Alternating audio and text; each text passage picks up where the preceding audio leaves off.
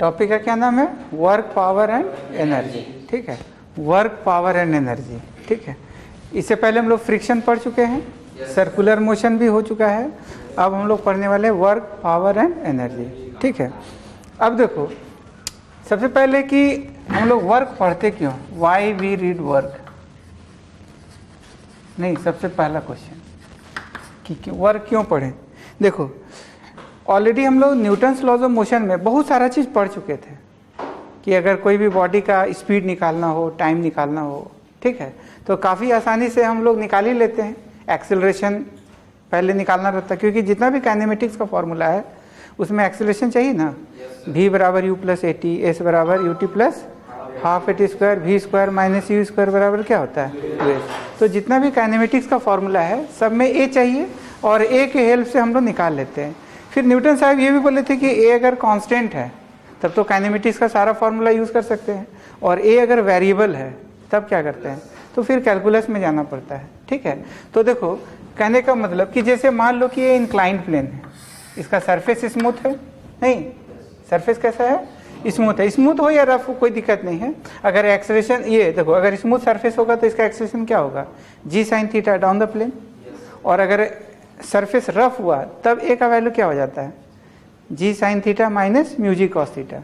नहीं यही ना होता है, क्या होता है, जी sine theta minus mu G cos theta, या म्यू के जी कॉस थीटा। म्यू के क्या होता है, कोएफिशिएंट ऑफ काइनेटिक फ्रिक्शन। ठीक है, तो अगर मान लो कि सपोज यहाँ पर एच हाइट है इसका, ठीक है, और एक ब्लॉक को ऐसे रिलीज करेंगे, यू का वैल्यू 0 है, तो बोलो एक्सेलरेशन का वैल्यू यहाँ जो एक्ट करेगा वो कितना होगा, जी साइन थीटा। ठीक है, अब यहाँ आते आते क्या इसका स्पीड होगा, निकल जाएगा। अब चूंकि एक्सेलरेशन कांस्टेंट है कि वेरिएबल है, कांस्टेंट है, तो we can apply kinematics formula लगा सकते हैं। तो u का वैल्यू 0 है तो v square minus u square बराबर 2s लगाएंगे, तो बोलो v का वैल्यू कितना आएगा, √2। a का वैल्यू क्या हो जाएगा, g साइन थीटा, और डिस्प्लेसमेंट जो होगा वो लिखेंगे, तो डिस्प्लेसमेंट यहाँ से यहाँ थीटा है। अब ये है, ये b है, और ये क्या है, c है, तो बोलो साइन थीटा की जगह क्या लिख सकते हैं, तो h बाई ए बी ना, क्या लिख सकते हैं, साइन थीटा की जगह h बाई ए बी। तो हमको ए बी साइन थीटा, यहाँ पर ए बी ऐसे लिखना पड़ेगा। अरे डाउन द प्लेन ही ना एक्सेलरेशन है, और डाउन द प्लेन ही क्या है हमारा, डिस्प्लेसमेंट है। ठीक है, तो v square minus u square बराबर 2gh लगाएं, 2s लगाएं, तो a का वैल्यू जी साइन थीटा हो गया, और s का वैल्यू क्या हो गया, ए बी। नहीं, अब ए बी साइन थीटा की जगह क्या लिख सकते हैं, h, तो बोलो वेलोसिटी कितना आ जाएगा, 2gh आ गया। नहीं, लेकिन अगर सोच के देखो कि अगर हमारा सरफेस इफ्स टाइप का ऐसे, देखो अब तो u का वैल्यू 0 है। अब जस्ट और समझने के लिए अभी इजी कैलकुलेशन के लिए सरफेस कैसा लिए हैं, स्मूथ लिए। ठीक है, अब बताओ a का वैल्यू जी साइन थीटा एवरीवेयर रहेगा, सारे जगह थीटा एक जैसा कि अलग अलग, अलग अलग। यहाँ पर कुछ और होगा, यहाँ पर कुछ और होगा, अरे बोलो यहाँ कुछ और होगा। अब एक्सेलरेशन कांस्टेंट है कि वेरिएबल है, वेरिएबल है, तो we can not apply kinematics का फॉर्मूला, v बराबर यू प्लस, या v स्क्वायर माइनस नहीं लगा सकते हैं। तब हम लोग कैसे तो न्यूटन साहब क्या बोले कि अब हमको कैलकुलस से निकालना पड़ेगा।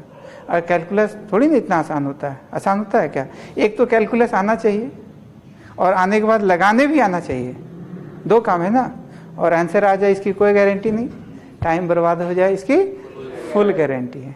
ठीक है, इसका मतलब कि ये न्यूटन साहब जो हमको बताएं, ठीक है, आ तो जाता है सारा चीज़, लेकिन वो थोड़ा कॉम्प्लिकेटेड मेथड है, थोड़ा लॉन्ग मेथड है, तो उससे भी एक अपडेट नया वर्जन वाला, ठीक है, एक बहुत बढ़िया एक फंडामेंटल टेक्निक बताएं, बहुत फंडामेंटल जो है ये रूल बताएं, जिससे हम कोई भी आराम से निकाल सकते हैं। ठीक है, तो बोले कि या तो वर्क पावर एनर्जी थ्योरम लगा दो, या कंजर्वेशन ऑफ, आज चूंकि सरफेस स्मूथ है तो बस वर्क एनर्जी थ्योरम लगा भी सकता है, या कंजर्वेशन ऑफ मैकेनिकल एनर्जी भी लगा सकता है। तो उससे दिमाग से जो वेलोसिटी आएगा वो तुम्हारा आराम से आ जाएगा। देखो जैसे एनर्जी कंजर्वेशन लगाते हैं, ठीक है, अभी बाद में जाके पढ़ेंगे एनर्जी कंजर्वेशन आता कैसा है। तो हम लोग kinetic energy plus potential energy का सम क्या रहता है, कांस्टेंट, क्योंकि सरफेस कैसा है, स्मूथ है। तो यहाँ का काइनेटिक एनर्जी तो 0 हो जाएगा, और पोटेंशियल एनर्जी क्या हो जाएगा, mgh। जब ये यहाँ पहुँचेगा इस पोजिशन पे, तो काइनेटिक एनर्जी ½ mv स्क्वायर, और पोटेंशियल एनर्जी क्या हो जाएगा, 0। अब इसको सॉल्व करेंगे तो mgh बराबर हाफ mv² आ गया, तो v बराबर कितना आ गया, √2gh आ गया। चाहे ये सरफेस स्मूथ हो, सॉरी, चाहे ये सरफेस कोई भी शेप का हो, एनी शेप, ऐसा शेप हो या ऐसा हो या इस टाइप का कोई भी शेप होगा, फाइनली जब ये पहुंचेगा तो किस स्पीड से पहुंचेगा, √2gh से आएगा। ठीक है, ये देखो एक बार में बिना कोई कैलकुलस का हम निकाल दिए। ये किससे निकला, वर्क से ही ना निकला, वर्क एनर्जी थ्योरम से निकला, और कंजर्वेशन ऑफ मैकेनिकल एनर्जी उसी का एक पार्ट था, वर्क एनर्जी थ्योरम का ही स्पेशल एप्लीकेशन है। अरे बोलो तो देखो ये कितना आसान हो गया, बहुत सारा चीज है। देखो इससे, इसीलिए हम लोग वाई वी रीड वर्क हम लोग इसीलिए पढ़ते हैं। ठीक है, अभी और भी एग्जाम्पल हम लोग कर सकते हैं, जैसे कि मान लो कि एक ब्लॉक है जो अपना क्या है, ये स्प्रिंग अभी नेचुरल लेंथ में है। ठीक है, ब्लॉक का मास कितना है, m है। अब इसको हम लोग ना मान लो कि इसको ऐसे खींच दिए, ऐसे कितना से खींच दिए, मान लो x0 से, और यहाँ पर u का वैल्यू 0 कर दिए। ठीक है, और इसका सरफेस कैसा है, स्मूथ है। और क्लियर है, जब इसको हम रिलीज करेंगे तो ये क्या होगा, स्प्रिंग इसको क्या करेगा, खींचेगा। स्प्रिंग किस टाइप का फोर्स लगाएगा, वेरिएबल फोर्स। कैसा लगाएगा, और वेरिएबल फोर्स का वैल्यू क्या होता है, तो A बराबर -kx होता है। तो जब यहाँ पर ये ब्लॉक है तो स्प्रिंग इसको कितना फोर्स लगा रहा है, kx0। जब और पास आएगा तो थोड़ा सा फोर्स कम हो जाएगा, और जब बिल्कुल ब्लॉक यहाँ से क्रॉस करेगा तो इस एक्सटेंशन स्प्रिंग का क्या हो जाएगा, 0। अरे बोलो, तो स्प्रिंग का जहाँ एक्सटेंशन 0 हो गया तो फोर्स क्या लगा, 0। तो यहाँ से लेके यहाँ तक फोर्स कांस्टेंट लगा कि वेरिएबल लगा, वेरिएबल लगा। ठीक है, अब न्यूटन साहब के हिसाब से तो वेरिएबल फोर्स में क्या होता है, जानवे करता है, A बराबर v dv/dx लगाएंगे, या चूंकि SHM का प्रॉब्लम है तो A बराबर -v dv/dx लगा के तब जाके हम सॉल्व करते हैं, और तब जो भी आंसर आएगा वो आएगा। नहीं आया तो कैलकुलस से बन रहा है, वो भी SHM में, SHM का इक्वेशन आने वाला है जो स्टैंडर्ड, मतलब काफ़ी स्टैंडर्ड इसका इंटीग्रेशन होता है। नहीं, अब वैसा टाइप का इंटीग्रेशन आना भी चाहिए और साथ ही साथ अप्लाई करने भी आना चाहिए, इंटीग्रेशन भी आना चाहिए और अप्लाई करने भी आना चाहिए, तब ना ये बनेगा। जूल साहब क्या बोले थे, एसआई यूनिट, इसका वर्क का एसआई यूनिट क्या होता है, joule, the name of the scientist. ठीक है, उनको रिवॉर्ड देने के लिए जूल। ठीक है, वो बोले कि डरो मत, एक बार में आंसर आ जाएगा। ठीक है, तो वर्क एनर्जी थ्योरम अगर हम लगाएंगे या कंजर्वेशन ऑफ मैकेनिकल एनर्जी लगाएंगे तो यहाँ पर एनर्जी इक्वल टू यहाँ पर, तो यहाँ का एनर्जी क्या होगा, तो kinetic energy plus potential energy, तो काइनेटिक एनर्जी 0 और पोटेंशियल एनर्जी क्या होगा, हाफ के x0। अरे बोलो, जब यहाँ पहुंचेगा तो काइनेटिक एनर्जी हाफ mv² और पोटेंशियल एनर्जी स्प्रिंग वाला 0 हो जाएगा, तो यहाँ से बोलो हाफ हाफ साफ हो गया। अरे बोलो, तो v बराबर √k/m, और यहाँ पर x0 ये बाहर आ जाएगा। देखो कितना जल्दी से आ गया, देख रहा है। अब ये समझ में आ चुका है कि हम लोग न्यूटन साहब के बाद वर्क जो पढ़ते हैं क्यों पढ़ते हैं। नहीं, इतना आसानी से तुम्हारा कैलकुलस से थोड़ी ना आता था क्या, काफ़ी इंटीग्रेट इंटीग्रेट करना पड़ता है। ठीक है, तो हम लोग ये बहुत सारा आसानी से, तो ये समझ में आ गया कि वर्क पढ़ते क्यों हैं। अब वर्क का डेफिनेशन ऑफ वर्क। ठीक है, वर्क का जो हम लोग फिजिक्स वाला डेफिनेशन पढ़ते हैं और जो नॉर्मल हम लोग वर्क करते हैं, दोनों वर्क में फ़र्क है। नहीं, हम लोग जो फिजिक्स का वर्क पढ़ते हैं और ऐसे नॉर्मल जो वर्क होता है, तो उनमें ज़मीन आसमान का फ़र्क है। फिजिक्स का वर्क अलग होता है और हम लोग नॉर्मल का जो वर्क होता है अलग होता है। नॉर्मल में वर्क देखो बहुत तरह का वर्क हम लोग करते हैं। ठीक है, जैसे कि मान लो कि सपोज दैट कि कोई ऐसा ओकेजन हो रहा है, कोई सेलिब्रेशन हो रहा है। ठीक है, और सपोज दैट कि ये वाला बिल्डिंग है, ऐसे करके ये तुम्हारा मेन गेट हो गया। ठीक है, अब यहाँ पर एक कोई जो है सपोज दैट एक ये लेके गुलदस्ता लेके खड़ा है। नहीं, क्या लेके खड़ा है, गुलदस्ता, दोनों गेट की तरफ जो है, नहीं चीयर गर्ल्स या जो भी है। ठीक है, क्या लेके खड़ी है, गुलदस्ता लेके खड़ी है। बहुत सारा आदमी आना जाना कर रहा है। ठीक है, सुबह से लेके शाम तक जो इसको ड्यूटी मिला था पूरा 100% ये अपना दी, हर गेस्ट को स्वागत के लिए गुलदस्ता जो है पकड़ी रही। नहीं, 8 घंटा का ड्यूटी है, 8 घंटा ये काम की। इसको तो मिलना चाहिए ना। अब मान लो कि दिन भर का जो मजदूरी चार्ज है मिनिमम 300 या 350 जो चल रहा है रेट मार्केट में, या 500 जो भी है, इसको मिलना चाहिए कि नहीं मिलना चाहिए। लेकिन फिजिक्स पॉइंट ऑफ व्यू से, हाँ फिजिक्स पॉइंट ऑफ व्यू से अगर कहा जाए तो इसको कुछ नहीं मिलना चाहिए। अगर सोचो शाम को फिजिक्स पॉइंट ऑफ व्यू से अगर इसको तुम समझाएगा कि तुम तो कुछ करवे नहीं की, न तुम्हारा गुलदस्ता हिला न डुला, जहाँ थे वहीं थी, हिलवो नहीं की तुम, क्या मिलना चाहिए। तो वहाँ वो पब्लिक बटोर करके तुमको पूरा फिजिक्स सिखा देगा, नहीं देखो मेरे तरफ से ये रहा, ठीक है, पूरा सारा कर्म वहीं हो जाएगा। तो हर जगह ये हम लोग देखो, चूंकि भारतीय है, इंसान है, एक अच्छा इंसान, भारत में तो सबका हर कोने कोने से सब कुछ जानता है, तो हम लोग एक्स्ट्रा ही दे देते हैं कि नहीं, ठीक है। और भी बहुत सारा एग्जाम्पल है, जैसे मान लो कि इसी में कोई पार्टी उटी का सेलिब्रेशन हो रहा है, एक आदमी जो है ऐसे ट्रे पकड़ करके, ट्रे समझता है ना, अब इसमें कोल्ड ड्रिंक या कोई और दूसरा ड्रिंक वगैरह, ठीक है, ऐसे मतलब कि ये आना जाना सर्व कर रहा है रातों भर, ठीक है। और यहाँ पर पब्लिक लोग जो है नया साल का शुभ अवसर पर पूरा चल रहा है, बीड़ी जले ले नहीं, एक से जो है, और ये बेचारा एकदम पूरा डांस पार्टी को, हर आदमी को जो जो मांगता गया, और रातों भर कभी कोल्ड ड्रिंक है तो कभी चाय है, कभी कॉफ़ी है तो कोई ड्रिंक है या सिगरेट है, जो भी है, मतलब कि वो रात भर जो है देते रहा। अब फिजिक्स पॉइंट ऑफ व्यू से अगर कहा जाए ना, तो ये आदमी कुछ भी वर्क नहीं किया, पता है क्यों?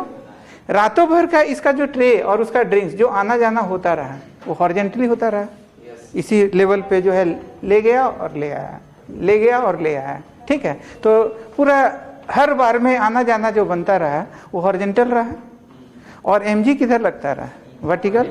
तो थीटा का वैल्यू 90 डिग्री, थीटा का वैल्यू, तो कोई वर्क नहीं हुआ। इसमें भी देखो वर्क इसीलिए नहीं हुआ क्योंकि इसका डिस्प्लेसमेंट गुलदस्ता का हुआ ही नहीं, लड़की जो है गुलदस्ता जो पकड़े रही सो पकड़े रही, गुलदस्ता का डिस्प्लेसमेंट हुआ ही नहीं, इसलिए इसका वर्क क्या हो जाएगा, 0। नहीं है समझ नहीं, वर्क डन 0 क्यों हुआ? क्योंकि गुलदस्ता का डिस्प्लेसमेंट हुआ ही नहीं, ठीक है।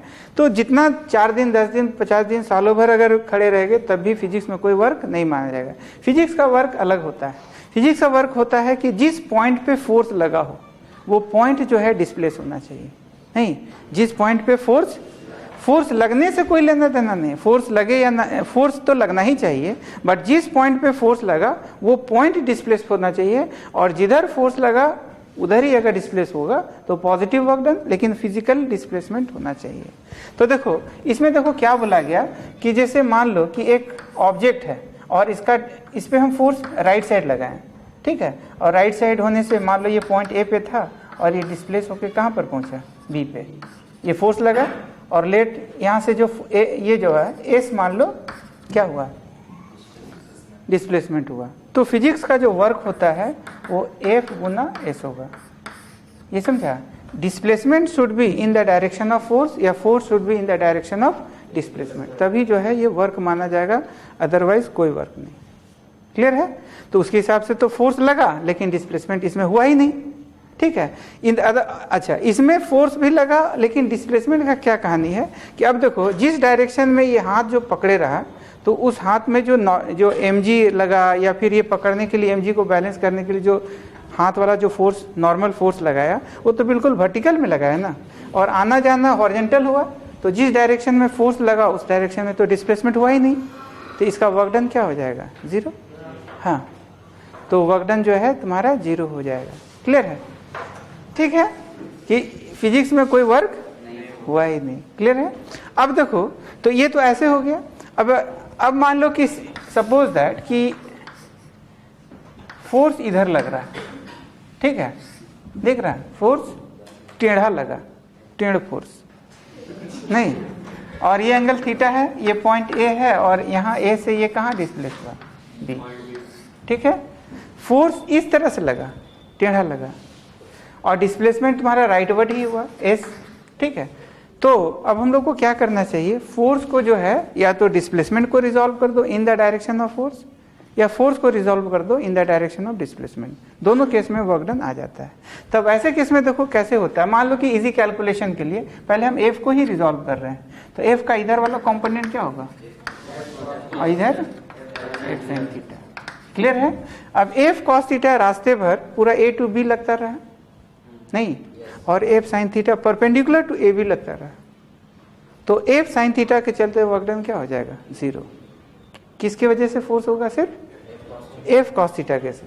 तो यहां से वर्क डन जो है तुम्हारा F cos theta into displacement, displacement क्या है, तो इसको और क्या लिख सकते हैं, F cos theta into A B क्या है, एस है, तो यही हमारा वर्क डन होगा। क्लियर है?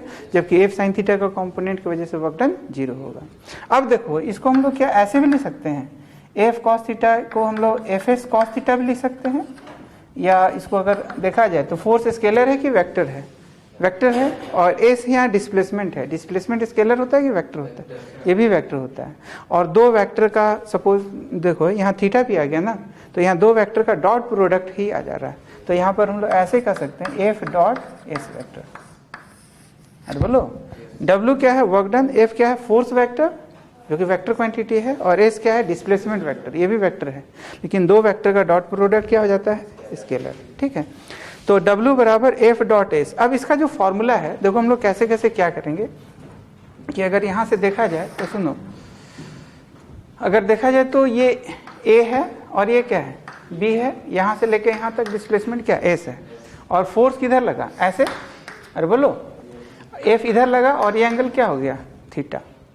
अब F का इधर वाला कंपोनेंट क्या हो गया, F cos थीटा, और इधर वाला F sin थीटा। तो हमको फोर्स का कंपोनेंट अलोंग ए बी चाहिए, तो हम लोग ऐसा लिखेंगे W बराबर कंपोनेंट ऑफ ये, या W equal to F cos theta into S आया ना, F cos theta into S आया, अरे बोलो, जिसको हम लोग ऑल्सो क्या लिख सकते हैं, तो ये component of F vector along S vector, ये समझ में है।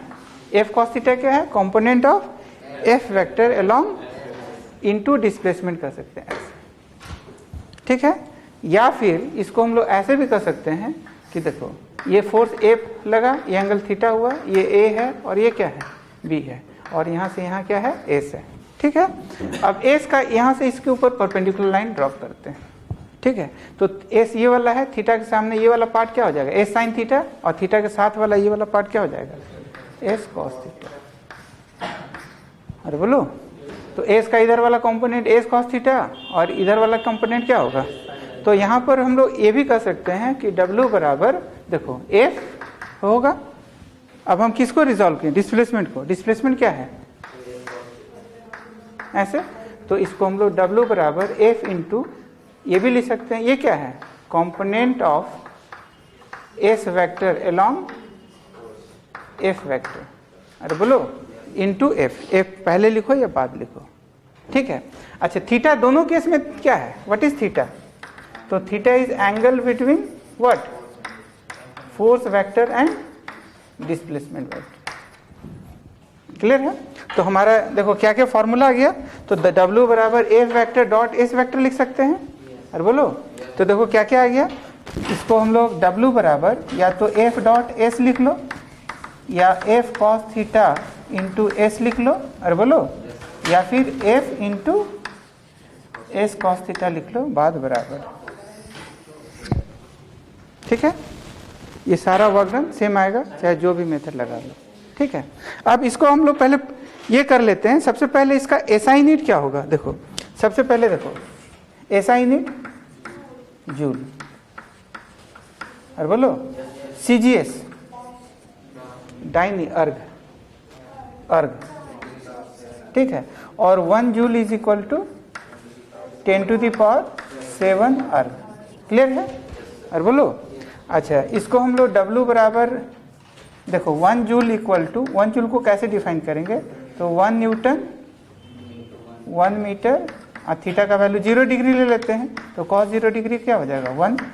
तो वर्क को कैसे डिफाइन करेंगे, 1 जूल को कैसे डिफाइन करेंगे, तो the amount of work done will be said to be 1 joule if 1 newton of work, 1 newton of force applies on the body displaces through कितना 1 metre in the direction of force, जिधर force लगा है उधर ही अगर displacement होता हो, अगर 1 Newton का फोर्स, जिधर 1 न्यूटन का फोर्स लगा उधर ही 1 मीटर का अगर डिस्प्लेसमेंट होता हो, ठीक है, तो कहा जाएगा कि उस बॉडी में 1 जूल का वर्क हुआ है। नहीं है समझ में? क्लियर है? अच्छा स्केलर को, अच्छा ऐसा यूनिट समझ में आ गया? अरे बोलो, स्केलर है कि वेक्टर है? हाँ, स्केलर क्वांटिटी नहीं, ऐसे 2 वेक्टर का डॉट प्रोडक्ट तो स्केलर ही होता है। क्लियर है? अच्छा तीसरा डायमेंशनल फॉर्मूला क्या हो जाएगा? तो देखो फोर्स इंटू डिस्प्लेसमेंट है ना, तो फोर्स का ml का पावर -2 और s का क्या हो जाएगा l, तो बोलो कितना आ जाएगा ml² 10⁻²। ठीक है, और 1 जूल इज इक्वल टू 10⁻7 अर्ग। क्लियर है? नहीं आया समझ में? ठीक है, ऐसे वर्क जो है इसके बारे में और भी सारे इंपॉर्टेंट बात बता रहे हैं। पहले ये वाला को हम लोग जस्टिफाई कर देते हैं कि देखो कैसे कैसे क्या हुआ है। ठीक है, तो यहाँ पर देखो कोई भी मेथड अप्लाई करो, या तो ये लगाओ चाहे ये लगाओ या सिंपल लगा दो, सब में आंसर वही आने वाला है। अब जैसे पहले इसका जस्टिफाई कर दे रहे हैं कि जैसे मान लो कि हम लोग देखो mg का वर्क निकाल रहे हैं, वर्क डन बाय mg। ठीक है, वर्क डन बाय mg निकाल रहे हैं, तो वर्क डन बाय mg जो है देखो ये एक ऑब्जेक्ट है। ठीक है, इसमें mg लग रहा है और ये एंगल थीटा ले लेते हैं सपोज।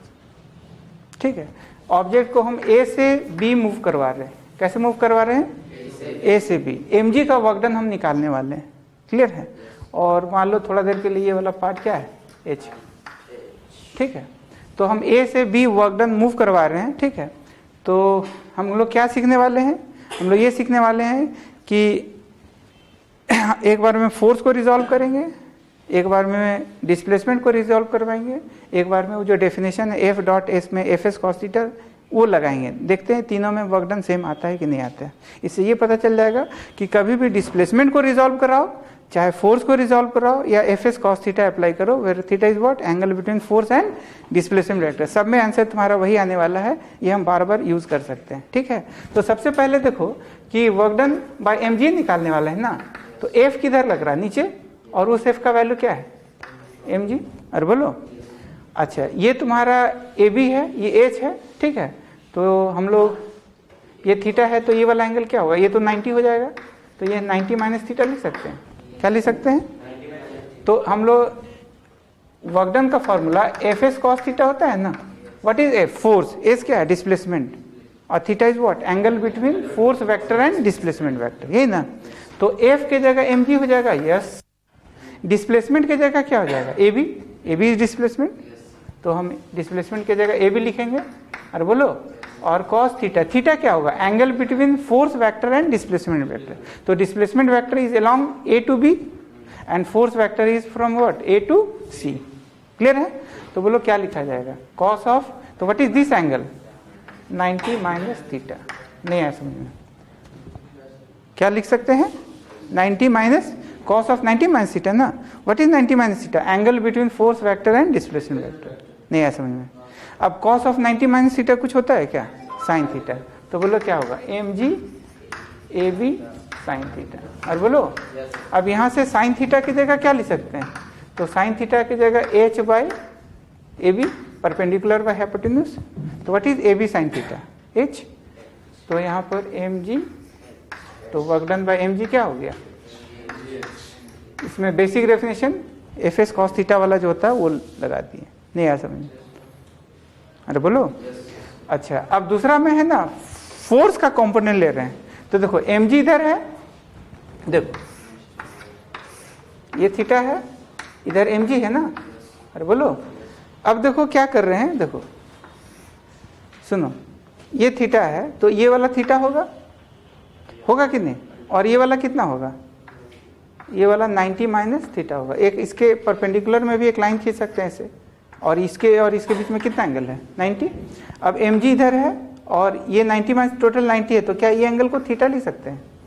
अब हम फोर्स को रिजॉल्व कर रहे हैं, तो फोर्स में mg नीचे है और ये एंगल थीटा इसके साथ बना रहा है, तो इधर वाला कॉम्पोनेंट क्या होगा? mg cos थीटा, और इधर वाला कॉम्पोनेंट क्या होगा? mg sin theta. अब ये a है और ये क्या है? b है। पूरे रास्ते भर a to b mg sin theta along ab लगता रहा और mg cos theta perpendicular to ab लगता रहा। लगता रहा कि नहीं लगता रहा? लगता रहा। तो इसका वर्क डन क्या होगा? तो इस कंपोनेंट के चलते ही ना वर्क डन होगा, इसके चलते कोई वर्क डन नहीं होगा। क्यों नहीं होगा? क्योंकि पूरा mg cos थीटा रास्ते भर AB के परपेंडिकुलर ही लगता रहा। नहीं है समझ में? आ गया?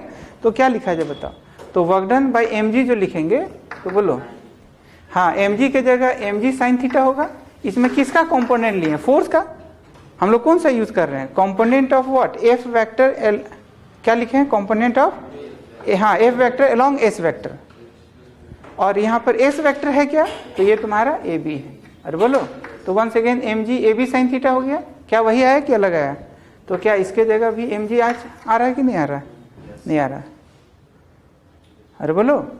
और तीसरा मेथड देखो क्या है कि तीसरा मेथड में ये तुम्हारा थीटा है, ए है, और ये क्या है? बी है, और ये वाला पार्ट क्या है?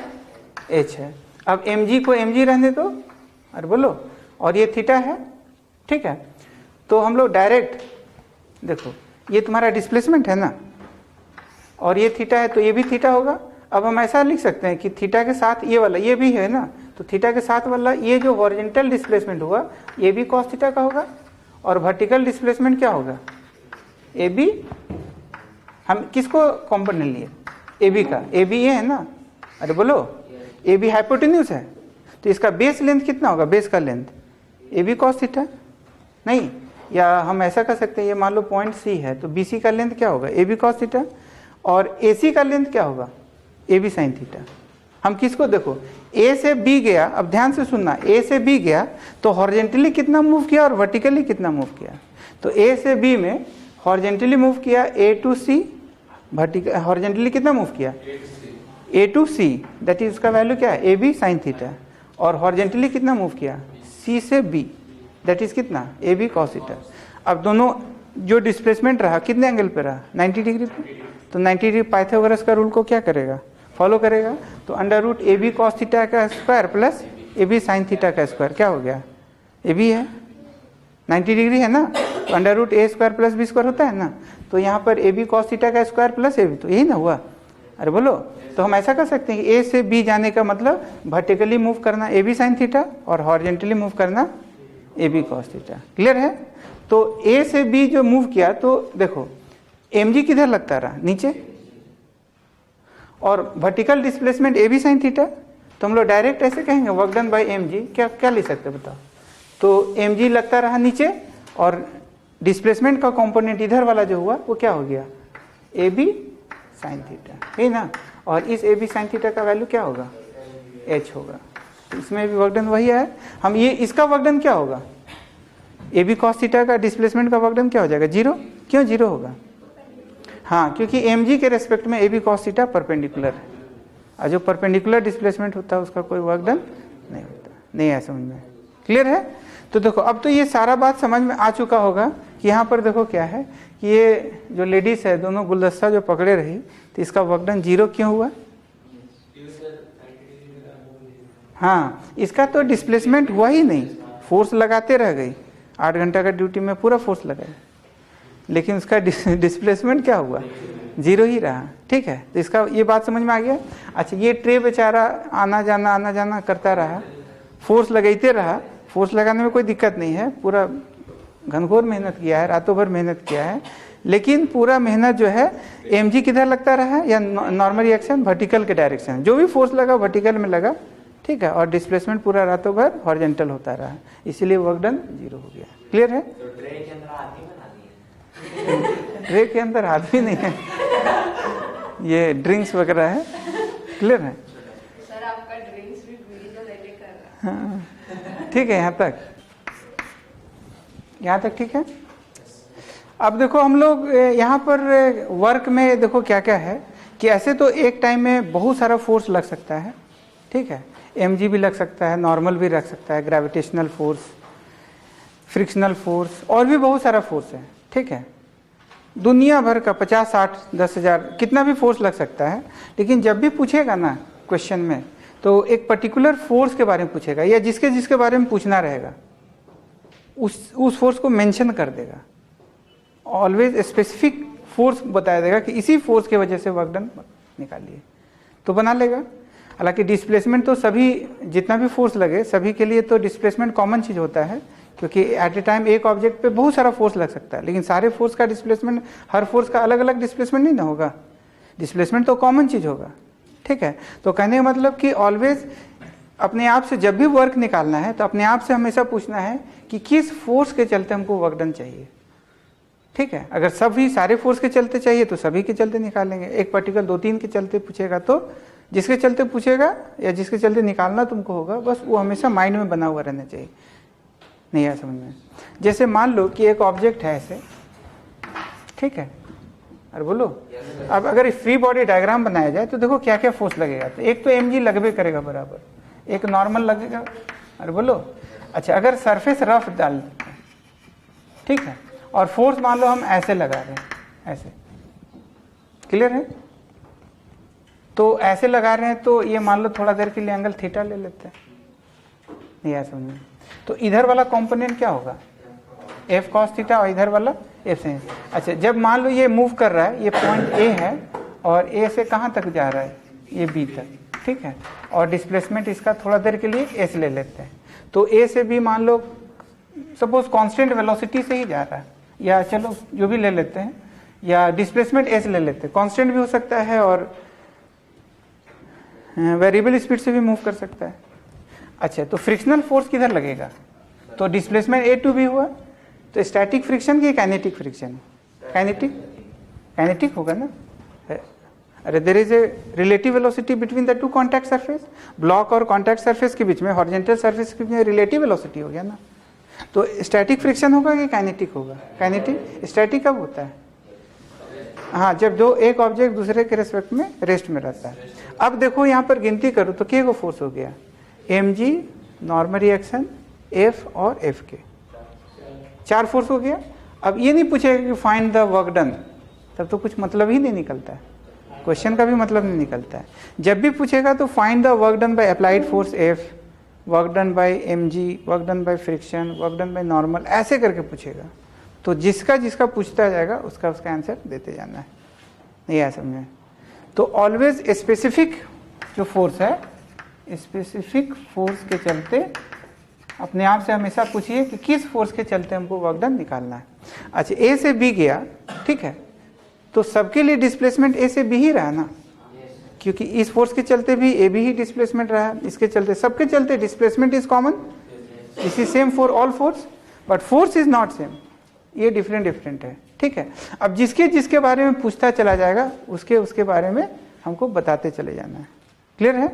तो देखो क्या लिखेंगे बताओ। तो सबसे पहले वर्क डन बाय नॉर्मल पूछेगा तो क्या आंसर होगा बताओ, 0। क्यों 0? हाँ, सबका ये है। ऐसे तो देखो हम लोग पढ़े W बराबर एफ एस कॉस थीटा, ठीक है, तो थीटा जैसा एंगल होगा, थीटा अगर मान लो लेस देन 90 होगा, एक्यूट एंगल, तो वर्क डन क्या होगा, पॉजिटिव कि नेगेटिव, पॉजिटिव। थीटा अगर मोर देन 90 होगा तो नेगेटिव, और थीटा अगर 90 डिग्री होगा तो वर्क डन क्या हो जाएगा, क्लियर है? नहीं है समझ? थीटा है क्या, theta is what, theta always याद रखना, theta is angle between force vector and displacement vector, ये हमेशा याद रहे, ठीक है। अच्छा, कुछ कुछ जो है काफी आसान है, जैसे मान लो रेडियल फोर्स के चलते वर्क डन तो हमेशा 0 होगा ना।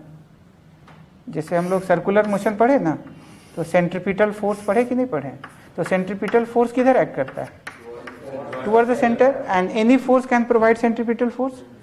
तो रेडियल फोर्स के चलते वर्क डन हमेशा 0 होगा। देखो क्यों 0 हुआ बताओ, क्योंकि डिस्प्लेसमेंट ऑलवेज अलोंग टेंजेंट होता रहा और रेडियल फोर्स किधर लगता रहा, 90 डिग्री पे। तो याद रखना, रेडियल फोर्स के चलते वर्क डन हमेशा क्या होगा, 0 होगा। नहीं, रेडियल फोर्स के चलते वर्क डन हमेशा, क्यों? क्योंकि theta is always maintain how much, 90 degree. तो इसीलिए वर्टिकल सर्कुलर मोशन हो, तो वर्टिकल सर्कुलर मोशन में ऑब्जेक्ट घूम रहा है तो टेंशन हमेशा किधर लगता रहता है, हाँ, towards the centre, along the radius, नहीं, टुवर्ड्स द सेंटर। और डिस्प्लेसमेंट किधर होता रहा है, हाँ, अलोंग टेंजेंट। तो डिस्प्लेसमेंट और रेडियस, टेंजेंट और रेडियस के बीच में कितना एंगल बना रहेगा, 90 डिग्री। इसीलिए तो there is no work done by tension. तो work done by tension in circular motion क्या होगा, 0। याद रखना, work done by tension in a circular motion, अगर स्ट्रिंग के चलते सर्कुलर मोशन हो रहा है तो वर्टिकल हो रहा हो या हॉरिजॉन्टल हो रहा हो, ठीक है, या रेडियल फोर्स के चलते जो है, तो हम लोग ऑलवेज याद रखें क्या, work done by which force, radial force is equal to Y, because theta is maintain always, displacement is always taken along the direction of velocity and velocity is taken along the tangent, अरे बोलो, और force is acting towards the radius या towards the center, तो theta is always how much 90 degree, clear है। तो अब तुमको देखना होगा पॉजिटिव वर्क डन होगा कि नेगेटिव वर्क डन होगा। तो यहाँ पर देखो वर्क डन बाय नॉर्मल क्या होगा, जीरो, क्यों, क्योंकि पूरा डिस्प्लेसमेंट ए से बी मतलब हॉरिजॉन्टल और नॉर्मल इज एक्टिंग वर्टिकल, तो what is angle between force and displacement, 90 degree, नहीं आया समझ में। अच्छा, B work done by M G क्या होगा, जीरो, क्यों जीरो, हाँ, M G is always acting vertically downward और डिस्प्लेसमेंट इज हॉरिजॉन्टल, ठीक है। Work done by force F क्या होगा, एफ, एफ कैसा फोर्स है, तो एफ को हम लोग या तो एफ को रिजॉल्व कर लो, सबसे अच्छा एफ को ही कर लेते हैं, तो एफ कॉस थीटा इधर ऐड करेगा एफ साइन थीटा, तो एफ साइन थीटा का वर्क डन क्या हो जाएगा, जीरो, खाली किसके चलते होगा, तो ये क्या हो जाएगा F cos theta into displacement क्या लिखेंगे एस, और क्या बचा next, work done by friction, friction क्या होगा, तो फ्रिक्शनल फोर्स पीछे लगेगा, उसका वैल्यू क्या होगा, म्यू के एन, अरे बोलो म्यू के एन, ठीक है, और N is what M G, तो म्यू के एन, एन की जगह एम जी लिखेंगे, and this frictional force is acting B to A, F क्या होगा, तो फ्रिक्शनल फोर्स क्या लग रहा है म्यू के एन ना, अरे बोलो, और डिस्प्लेसमेंट क्या एस है, तो म्यू के और माइनस का साइन बनता है, माइनस का साइन क्यों होगा, क्योंकि फ्रिक्शनल फोर्स लग रहा है इधर लेफ्ट साइड और डिस्प्लेसमेंट किधर हो रहा है राइट साइड, तो क्या लिखा जाए बताओ, माइनस म्यू के एन की जगह क्या होगा एम जी और एस की जगह एस हो जाएगा, नहीं है समझ, ठीक है। अब कहेगा टोटल वर्क डन निकालिए, work done by total, total work done निकालिए क्या होगा, तो क्या करेगा सारे वर्क डन को जोड़ देंगे, तो work done by normal plus work done by what, plus work done by applied force plus work done by friction, यही ना, यही work done by total force, तो ये कितना आ जाएगा फाइनल आंसर, तो एफ कॉस थीटा ये तो जीरो हो गया और प्लस क्या हो जाएगा माइनस म्यू के एम जी, अरे बोलो यही work done by total force हो गया ना। और आगे जाके हम लोग पढ़ेंगे वर्क एनर्जी थ्योरम, क्या पढ़ेंगे, इसमें कहता है कि work done by all the force is equal to change in kinetic energy, ये क्या बोला जाता है, work done by all the force is always equal to change in kinetic, तो ऑल द वर्क डन क्या होगा, तो अगर मान लो ये रेस्ट में है, यू का वैल्यू अगर जीरो है और जाते जाते ये सब जो फोर्स लगा ना, तो जाते जाते मान लो इसका वेलोसिटी v हो गया, ठीक है। तो आगे जाके पढ़ेंगे work done by all the force, तो इतना आ गया equal to change in kinetic energy, तो हम लोग क्या लिखेंगे, तो F S cos theta minus mu M G या mu K M G S, ऐसे ना, equal to final kinetic energy half M V square, और इनिशियल काइनेटिक एनर्जी क्या हो जाएगा जीरो, क्योंकि ये इनिशियली क्या चीज़ में था, रेस्ट में था, तो रेस्ट में था तो u का वैल्यू क्या हो जाएगा जीरो। तो यहाँ से देखो हम लोग क्या क्या निकाल सकते हैं, तो यहाँ से हम लोग v निकालना होगा तो v निकाल सकते हैं, तो v का वैल्यू क्या हो जाएगा बोलो, व्हाट इज v, तो v का वैल्यू 2/m और अंडर ये क्या हो जाएगा एफ एस कॉस थीटा, अरे बोलो minus mu K M G S, है ना, और ये हमारा देख लो, नहीं आया समझ में। और हम लोग ऐसे भी सॉल्व कर सकते हैं, ये तो समझ में आ गया, ऐसे भी सॉल्व कर सकते हैं कि बताओ इसमें नेट फोर्स क्या होगा, what is net force along the displacement, तो F cos theta minus F के, नहीं, और नेट फोर्स बराबर क्या होता है मास इंटू, तो हम लोग ऐसे लिख सकते हैं व्हाट इज नेट फोर्स, तो नेट फोर्स बराबर mass into acceleration, net force है क्या, तो देखो नॉर्मल जो है, नॉर्मल ऐसे देखा जाए, नहीं, नॉर्मल किधर लग रहा है ऊपर, और इधर क्या लग रहा है एफ कॉस थीटा, नहीं, तो नेट फोर्स इधर क्या हुआ, इधर इधर, तो F cos theta minus mu K M G, तो नेट फोर्स है along the displacement F cos theta minus what mu के, है ना, अरे बोलो एम जी, ठीक, ये नेट फोर्स लगा, और नेट फोर्स बराबर मास गुना एक्सेलरेशन कहेंगे, तो ए का वैल्यू क्या आ जाएगा, यही ना, समझ में आ गया? अच्छा, v square minus u square बराबर क्या होता है? तो v निकालेंगे तो अंडर रूट वॉट 2, a की जगह क्या हो जाएगा? a की जगह F cos theta minus mu K M जी, अरे बोलो, उसके बाद डिवाइडेड बाय वो वाला m इधर आने दो, इंटू क्या वही आया कि अलग आया? वही ना आ गया। अरे इसी को s से गुना कर दो तो F cos theta into S नहीं आया क्या? नहीं आया समझ में? तो ये किससे हम लोग सॉल्व किए? ये किसे निकाले? ये निकाले हम लोग किससे? न्यूटन्स लॉ से, ठीक है।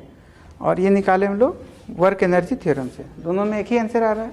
लेकिन अगर ये फोर्स वेरिएबल डाल देंगे तो हम वो अप्लाई नहीं कर सकते, लेकिन अगर इसमें फोर्स वेरिएबल डाल देंगे तभी ये अप्लाई कर सकते हैं। अभी ये वेरिएबल फोर्स के लिए भी हम लोग पढ़ेंगे, बट यहाँ तक समझ में आ गया, ठीक है। तो यहाँ से तुम्हारा ये भी प्रूव हो गया work energy theorem. Work energy theorem is, ये प्रूव हो गया, मतलब इस तरह का फोर्स है हम लोग प्रूव कर दिए, ठीक है, कि F work done by all the force is equal to change in kinetic energy, final kinetic energy minus. तो ये हमारा क्या कहलाता है? यही सबसे पावरफुल टेक्निक है इस चैप्टर में, यही सबसे धमाकेदार, इसी को बढ़िया से सीखना है, वर्क एनर्जी थ्योरम को। और इसी के ऊपर सारा चीज़ है, एनर्जी कंजर्वेशन इसी का एप्लीकेशन है, जितना भी चीज़ है ना इसी का एप्लीकेशन। इसी को बढ़िया से जो लगाना सीख जाएगा वो सीख गया। बोला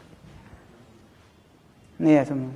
इसमें देखो क्वेश्चन ये भी पूछा जा सकता है कि देखो ये जो है ऑब्जेक्ट को इस तरह से मूव कराया गया, ठीक है, कि बराबर ये कांस्टेंट वेलोसिटी से मूव करता रहे। नहीं, ऑब्जेक्ट को कैसे मूव करा रहे हैं? ताकि बराबर कांस्टेंट वेलोसिटी से मूव करता रहे, ठीक है। तो इसमें दो टर्म यूज किया जाता है, या तो कांस्टेंट वेलोसिटी कह सकते हैं, या कभी कभी स्लोली टर्म यूज किया जाता है। स्लोली, कहीं भी देखना स्लोली। स्लोली का मतलब क्या होता है?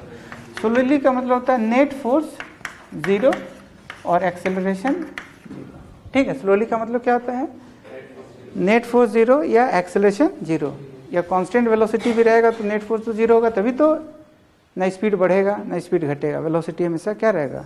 कांस्टेंट। ऐसे करके मूव कराना है, मतलब यहाँ पर कांस्टेंट वेलोसिटी या स्पीड भी कर सकते हैं। अभी यहाँ स्पीड, ठीक है, ऐसे मूव करें ताकि स्पीड यहाँ से वहाँ तक कांस्टेंट रहे। नहीं समझा? तब इसका मतलब कि नेट फोर्स, तब हम लोग का हमको क्या निकालना? Find the work done by F, ठीक है। देख रहा है यहाँ पर सबका अलग अलग फोर्स का अलग अलग निकाले ना। क्या किया हम लोग? सारे फोर्स का। यहाँ पर work done by applied force खाली पूछा गया, ठीक है, work done by applied force पूछा गया, ठीक है, कि work done by applied force बनाइए और इस तरह से ताकि ऑब्जेक्ट जो है कांस्टेंट स्पीड से मूव करता रहे। और answer should come in the terms of mu, ठीक है, एम इसका मास है। आंसर किसके रेस्पेक्ट में आना चाहिए? म्यू एम जी, और डिस्प्लेसमेंट मान लो ले लेते हैं, सपोज एस ले लेते हैं इसका डिस्प्लेसमेंट। तो आंसर किसके रेस्पेक्ट में आना चाहिए? सरफेस कैसा है? रफ है। कैसा सरफेस? तो answer should come in the terms of mu M G S, इसी के रेस्पेक्ट में आना है। अप्लाइड फोर्स दिया हुआ नहीं है, बट पूछा गया है अप्लाइड फोर्स का ही वर्क डन क्या होगा। नहीं है समझना? ठीक है, इसका मतलब कुछ ना कुछ बैलेंस करके बनाना होगा। अब देखो कैसे कैसे बनाएंगे, हाउ विल कैलकुलेट दैट। देखो याद करो, हम लोग इधर पढ़े थे फ्रिक्शन में, ये एफ था, ये एंगल थीटा था। इधर कौन सा फोर्स लगता था? M G. इधर क्या लगता था? नॉर्मल। एफ का इधर वाला कंपोनेंट क्या होता था? और इधर फ्रिक्शनल फोर्स, जिसका वैल्यू म्यू गुना एन लिखते थे, ये ना। और एन का वैल्यू क्या होगा? तो एफ का इधर वाला कंपोनेंट एफ कॉस थीटा, और एक और कंपोनेंट होगा ना एफ साइन थीटा। बोल क्लियर है? तो can we write N plus F sine theta equal to M G. तो व्हाट इज एन? बराबर M G minus F sine theta. तो क्या एन का वैल्यू हमारा क्या आ गया? क्या गया? M G minus F sine theta. ये ना फ्रिक्शनल फोर्स है। और बोलो ठीक है, नहीं है समझे? और देखो एफ कॉस थीटा हमेशा फ्रिक्शनल फोर्स के बराबर होना चाहिए। क्यों? तभी इसका एक्सेलरेशन 0 हो पाएगा। नहीं तो अगर एफ कॉस थीटा ज़्यादा बड़ा हो गया किससे? फ्रिक्शनल फोर्स से, तो स्पीड बढ़ेगा। न्यूटन साहब क्या पढ़े थे? जब भी अनबैलेंस फोर्स लगेगा तो वेलोसिटी में चेंज आएगा। तो अगर F cos theta is greater than F, what will happen? तो जो भी इसका स्पीड है वो इंक्रीज करता रहेगा, ठीक है। और अगर ये एफ कॉस थीटा कम हो गया और फ्रिक्शनल फोर्स ज़्यादा हो गया तो जो भी उसका स्पीड है उस स्पीड के रेस्पेक्ट में स्पीड क्या होगा, घटेगा। नहीं है समझ में, क्लियर है। लेकिन अगर बराबर दिस ऑलवेज मेंटेन है तो न स्पीड घटेगा और न स्पीड बराबर क्या होगा, ऑब्जेक्ट कांस्टेंट स्पीड से मूव करता रहेगा। नहीं है समझ में। इसका मतलब हमारा आंसर क्या होगा बताओ। तो वर्क डन बाय ए पूछा गया ना, तो कैन वी से दैट कि फोर्स तो लगा एफ कॉस थीटा, अरे बोलो फोर्स कितना लगा, और पूरे रास्ते पर डिस्प्लेसमेंट कितना हुआ, एस, ऐसे। तो हम लोग क्या लिखेंगे बताओ। तो वर्क डन बाय एफ बराबर क्या होगा, तो F cos theta. Can we write F cos theta की जगह एफ कॉस थीटा नहीं लिखेंगे बल्कि क्या लिखेंगे, स्मॉल एफ लिखेंगे। अरे बोलो, और हमारा एक चीज बोलो कि पॉजिटिव वर्क डन होगा कि नेगेटिव वर्क डन होगा, पॉजिटिव होगा। क्यों, क्योंकि जिस डायरेक्शन में एफ कॉस थीटा लगता रहा उसी डायरेक्शन में हमारा डिस्प्लेसमेंट भी होता रहा। नहीं है समझ में। तो क्या लिखना चाहिए, तो ये होगा एफ कॉस थीटा की जगह हम न्यूमेरिकल वैल्यू इसका क्या लिखेंगे, म्यू एन। अरे बोलो, तो म्यू एन लिखेंगे तो हम लोग को क्या लिखना पड़ेगा, तो इसको ये इक्वेट कर दो, ठीक है। तो ऐसे हम देखो यहाँ इक्वेट भी कर रहे हैं, देखो पहले इसको इक्वेट ही कर दे रहे हैं। तो F cos theta must be equal to क्या, एफ, और एफ का वैल्यू क्या है, म्यू एम जी, यही ना है, mu M G minus mu F sine theta, यही तो है देखो। अरे बोलो, हमारा आंसर म्यू एम जी इसके रिस्पेक्ट पे आना चाहिए ना। इसका मतलब को एफ को एलिमिनेट करना होगा ना, नहीं तो अगर एफ नहीं एलिमिनेट करेंगे तो answer will come in the terms of F, F नहीं होना चाहिए, ठीक है। तो हम लोग अगर work done direct F cos theta into S छोड़ देंगे तो उस एफ कॉस थीटा की जगह ये भी लिख देंगे तो इसमें भी एफ आ रहा है कि नहीं आ रहा, तो आंसर एफ के रेस्पेक्ट में नहीं होना चाहिए, आंसर शुड कम इसी के रेस्पेक्ट में। क्लियर है, नहीं ऐसा नहीं, ऐसा क्यों कर रहे, क्लियर है, ताकि एफ को हम क्या कर सके, एलिमिनेट कर सके। तो क्या हो जाएगा बताओ, तो इसको इधर आने दो, तो देखो म्यू एम जी इधर जाएगा तो F cos theta plus mu F sine theta हो गया, तो एफ को बाहर निकालेगा तो cos theta plus mu sine theta हो जाएगा, और एफ को फ्री करो तो व्हाट इज एफ फ्री होने के बाद, तो आरएचएस में म्यू एम जी होगा और एलएचएस में जो इधर था उसका ये वाला पार्ट क्या हो जाएगा, प्लस ऐसे होगा। नहीं समझ, अब ये अप्लाइड फोर्स का वैल्यू आ चुका है। अब इसका आंसर क्या होगा, तो वर्क डन बाय एफ बराबर एफ, एफ के जगह एफ नहीं लिखेंगे बल्कि एफ के जगह क्या होगा, अरे बोलो, तो mu M G into mu M G by cos theta plus क्या, म्यू साइन थीटा, ऐसे। ये एफ के जगह हो गया, इंटू और एक्स्ट्रा क्या लिखना है, कॉस थीटा, अरे बोलो, इंटू क्या लिखना है, एस, देख लो। नहीं है समझ। तो अब इस आंसर में कहीं एफ है क्या, बट निकाले हैं फोर्स एफ के चलते ही वर्क डन, नहीं हम क्या निकाले, फोर्स एफ के चलते, इसमें कोई एफ है ही नहीं, तो इसी के रेस्पेक्ट में पूछा गया। और ये पॉजिटिव वर्क डन होगा कि negative work done, positive work done. नहीं है समझ। तो this is the final answer. अगर कांस्टेंट स्पीड से मूव कराना चाहते हैं, स्लोली मूव कराना चाहते हैं अप्लाइड फोर्स एफ के द्वारा, तो हमको इतना वर्क डन करना पड़ेगा। क्लियर है। अब यहाँ पर ऐसा एक क्वेश्चन पूछा गया, देखो ध्यान से सुनना, प्रॉब्लम ऐसा पूछा गया कि हमको ऑब्जेक्ट को इस तरह से मूव कराना है ताकि मिनिमम फोर्स लगा के हम ऑब्जेक्ट को यहाँ से यहाँ मूव करा दें, मिनिमम फोर्स लगाना है, ठीक है। तो मिनिमम फोर्स लगाने के लिए याद रखना, हम फ्रिक्शन में बताए थे कि जब भी ऑब्जेक्ट को मिनिमम फोर्स लगा के ऑब्जेक्ट को खींचना रहता है, स्लोली खींचो या कांस्टेंट स्पीड से खींचते रहो, पता है किस एंगल पे ट्राई करते हैं, एंगल ऑफ फ्रिक्शन पे नहीं। अगर कोई ऑब्जेक्ट को एंगल ऑफ फ्रिक्शन पे अगर खींचेंगे तो हमको मिनिमम फोर्स लगा के उसको खींच सकते हैं, स्लोली या कांस्टेंट स्पीड से। लगाने को तो कुछ भी फोर्स लगा सकता है, फोर्स का थोड़ी ना लिमिटेशन है।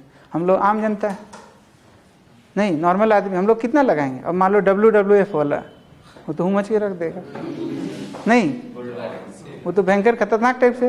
तो सबका वर्क डन अलग अलग होगा ना, तो अलग अलग वर्क डन ना हो, ऐसा फोर्स लगे कि सबके लिए सेम हो, दैट इज मिनिमम फोर्स का वर्क डन हमको निकालना है, ठीक है। तो मिनिमम के लिए देखो पता है कि जो फोर्स लगेगा हमको एंगल ऑफ, ये तो थीटा कोई भी, थीटा 30 60 कुछ भी हो सकता है। हमको किस एंगल पे फोर्स लगाना होगा? एंगल ऑफ फ्रिक्शन पे। तो एंगल ऑफ फ्रिक्शन होता क्या है? तो इसको tan phi बराबर क्या लिखते हैं? म्यू, है ना? है। और मिनिमम फोर्स हम कितना लगाते हैं बताओ? What is minimum force? तो याद करो फ्रिक्शन में पढ़े थे, मिनिमम फोर्स इतना लगाते हैं mg sin phi, नहीं? और किस एंगल पे? tan phi। अब tan phi बराबर म्यू, तो इसका मतलब कि अगर हम इसको देखेंगे तो ये एंगल phi हो गया, परपेंडिकुलर वाला पार्ट इसको म्यू बाई 1 भी कर सकते हैं। तो परपेंडिकुलर इसका म्यू, बेस क्या हो गया 1, तो ये वाला पार्ट क्या हो जाएगा? ऐसे ना, ठीक है। तो इसमें देखो हम लोग ऐसा कहेंगे, सुनो, कि everywhere theta will be replaced by what? Phi angle, और उस फाई का वैल्यू होगा tan phi बराबर म्यू, या फाई का जो वैल्यू होगा वो क्या होगा? tan इनवर्स, ऐसे।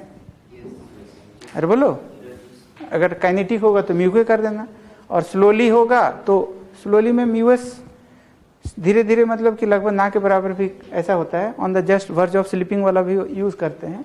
तो यहाँ तक क्लियर है? तो देखो क्या लिखेंगे बताओ? तो work done by F minimum so as to apply क्या? Minimum force. मिनिमम फोर्स लगा के हम ऑब्जेक्ट को मूव करवा रहे हैं। क्लियर है? तो क्या लिखा जाए बताओ? तो बोलो क्या करेंगे? जहां जहां थीटा एंगल है, थीटा तो एंगल है ना, तो जहां जहां थीटा एंगल है वहां वहां क्या पुट करेंगे? फाई पुट कर देंगे। तब हमारा आंसर क्या हो जाएगा बताओ? Mu M G cos phi into what? S divided by cos phi plus mu. Mu के जगह क्या लिख सकते हैं? म्यू के जगह हाँ tan फाई, तो यहाँ ये tan फाई हो जाएगा, और ये इंटू क्या हो जाएगा? म्यू, ऐसे साइन फाई ना, तो ये साइन फाई हो जाएगा। ऐसे कहाँ दिक्कत है? देख लो। अरे बोलो, तो देखो क्या आएगा, सुनो अब इसको सॉल्व करते हैं। तो ये tan फाई हो गया ना, तो tan फाई को क्या लिख सकते हैं? Sine phi by cos phi. तो साइन फाई तो एलसीएम लेंगे तो cos phi into cos phi, cos square phi हो जाएगा। तो cos square phi plus sine square phi कितना हो गया? 1। तो नीचे में क्या बचा? Cos phi. कॉस फाई ऊपर जाएगा तो कॉस स्क्वायर फाई हो जाएगा, नहीं? क्या हो जाएगा? तो अब इसका आंसर क्या आ जाएगा बताओ? हाँ, डब्ल्यू एफ बराबर क्या लिखेंगे? म्यू एम जी, हाँ बोलो, हाँ कॉस स्क्वायर फाई इंटू, यही ना? अरे बोलो, यही तो आंसर आएगा। नहीं आया समझ में? है कहाँ? देखो ये देखो tan फाई की जगह म्यू है, तो म्यू का वैल्यू रिप्लेस कर दिए, ठीक है? तो म्यू का वैल्यू रिप्लेस कर दिए तो क्या हो जाएगा? तो ये tan फाई यहाँ पर म्यू का जगह किए ना, कहाँ पर किए? यहीं पर ना। tan फाई बराबर म्यू कर दिए, तो tan फाई बराबर म्यू कर दिए, या सॉरी म्यू के जगह था ना, हाँ यहाँ म्यू के जगह हम tan फाई कर दिए। तो tan फाई को क्या लिख सकते हैं? Sine phi by cos phi. तो sine phi by cos phi हो गया। अब साइन फाई कितना हो गया? By cos phi. अब एलसीएम ले लो, तो इधर जाएगा तो कॉस फाई क्या हो जाएगा? कॉस स्क्वायर फाई, और इधर तो ऊपर में 1 हो गया, और नीचे क्या और बचता है? कॉस फाई को उधर जाने दो, कॉस स्क्वायर फाई ना, तो कितना आ गया? Mu M G cos square phi into S. और इसको हम लोग म्यू एम जी, आंसर अगर म्यू के रेस्पेक्ट में लाना है तो कॉस स्क्वायर फाई को क्या लिख सकते हैं यहाँ पर? 1 प्लस, बोलो 1 प्लस, तो 1 बाई 1 प्लस म्यू स्क्वायर होगा, देख लो, इंटू क्या? एस तो लिख चुके ना। तो ये कब होगा? बोलो, ये कब होगा? जब हम स्लोली, मतलब मिनिमम फोर्स लगा के अगर हम ऑब्जेक्ट को मूव कराएंगे तो हमारा वर्क डन। यहाँ तक क्लियर है? अब देखो, मान लो ये तो सारा बात समझ में आ गया ना, कैसे कैसे क्या है। मतलब कोई, ये तो फ्रिक्शन में हम लोग बहुत काफी पॉपुलर था कि अगर सरफेस हमारा कैसा हो, रफ हो, और अगर मिनिमम फोर्स लगा के इसको खींचना चाहते हैं, मिनिमम फोर्स लगा के इसको खींचना चाहते हैं, तो हम किस एंगल पे ट्राई करेंगे? फाई एंगल पे। और उस फाई क्या होता है? Angle of friction. तो मिनिमम फोर्स हम कितना लगाते हैं? F minimum M G sine phi होता है ना, और किस एंगल पे लगाते हैं? तो फाई बराबर एंगल ऑफ फ्रिक्शन पे, जिसका वैल्यू tan इनवर्स म्यू होता है या म्यू एस होता है, जो भी। ठीक है, अब इसी में देखो, मान लो कि एक प्रॉब्लम है कि म्यू का वैल्यू मान लो कितना ले लें, 0.75 ले लेते हैं। क्लियर है? एम का वैल्यू इजी कैलकुलेशन 10 kg, और बोलो ठीक है। और डिस्प्लेसमेंट मान लो हम लोग 100 मीटर करवा रहे हैं, सब कुछ आया ना, म्यू चाहिए म्यू है, एम चाहिए एम है, डिस्प्लेसमेंट चाहिए डिस्प्लेसमेंट है। क्लियर है? अब यही क्वेश्चन है कि बताओ किस एंगल पे ट्राई करेंगे, इधर सुनो, किस एंगल पे ट्राई करेंगे ताकि मिनिमम फोर्स लगाना पड़े। तो एंगल ऑफ फ्रिक्शन क्या होगा बताओ? तो बस tan फाई बराबर म्यू एस। म्यू एस का वैल्यू कितना है? 0.75 को 75/100 लिख सकते हैं, तो 3/4 tan फाई ना, 3/4, तो 3/4 फेमस एंगल। हाँ देख रहा है, फाई का वैल्यू 37 डिग्री। अगर 37 डिग्री पे ट्राई करेंगे तो हमको मिनिमम फोर्स लगा के इसको हम पुल कर सकते हैं। क्लियर है? अदरवाइज दूसरा एंगल पे ट्राई करेंगे तो ज्यादा फोर्स लगाना होगा, उसमें भी मूव करेगा लेकिन फोर्स ज्यादा लगाना पड़ेगा तब मूव करेगा। नहीं आया समझ में? और मिनिमम वर्क डन क्या करना पड़ेगा? मिनिमम फोर्स में मिनिमम वर्क डन अगर करना पड़ेगा तो कितना होगा बताओ? डिस्प्लेसमेंट तो सेम है 100, तो बोलो क्या आंसर होगा? तो म्यू का वैल्यू कितना? म्यू का वैल्यू कितना बोलो? दैट इज 3/4 करें। एम का वैल्यू कितना? 10, जी का वैल्यू 10, एस का वैल्यू 100 और 1 प्लस म्यू स्क्वायर। तो म्यू का वैल्यू 3/4, तो 3/4 का स्क्वायर करेंगे तो 9/16 लिख सकते हैं। क्या लिख सकते हैं? अब सुनो, 9/16 देखो क्या हो जाएगा, तो ये 16 प्लस 9 25, तो 25/9 हो जाएगा। कितना हो जाएगा? कितना हो जाएगा? 25/16, तो 3/4 इंटू ये वाला ऐसे इंटू ये वाला ऐसे, और क्या बोला? 25/16 ना, 16 ऊपर भेज दें तो ये 4 से 4 कट जाएगा, 25 चक 100 हो जाएगा, तो 16 16 थी 48, हाँ 4800 जूल। नहीं समझा? और इस 4800 जूल में क्या होगा? मिनिमम फोर्स लगा के हम इसको मूव करा सकते हैं। नहीं ऐसा समझ? तो हम लोग जो निकाले, देखो वर्क डन का जो फॉर्मूला निकाले, तो W बराबर क्या होगा? F vector dot S vector. Clear है? नहीं ऐसा समझ? अब देखो यहाँ पर जैसे मान लो कि ये x एक्सिस है, ये y एक्सिस है, और ये 3D ले लेते तो ये क्या हो जाएगा हमारा? Z axis. अब एक पॉइंट A है और ये पॉइंट B। एक ऑब्जेक्ट को फोर्स लगा के, मान लो फोर्स तो हम किधर को लगा सकते हैं, फोर्स तो कोई भी डायरेक्शन में लगा सकते हैं, बट डिस्प्लेसमेंट किधर से किधर हुआ? A से B हुआ। ठीक है? क्लियर है? और A का जो कोऑर्डिनेट है, मान लो r1 वेक्टर है, और B का कोऑर्डिनेट जो है वो क्या है? r2 vector. ठीक? तो हमारा वर्क डन का जो फॉर्मूला होगा, वर्क बराबर, ठीक है, F डॉट, और डिस्प्लेसमेंट की जगह देखो यहाँ डिस्प्लेसमेंट क्या है, ऐसे भी लिख सकते हैं।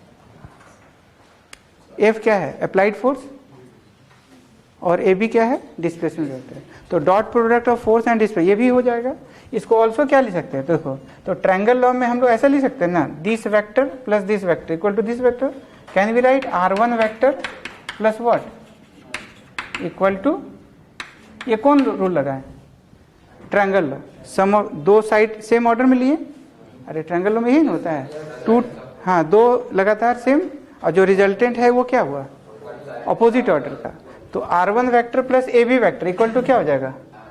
तो what is A B vector? A B vector है कितना?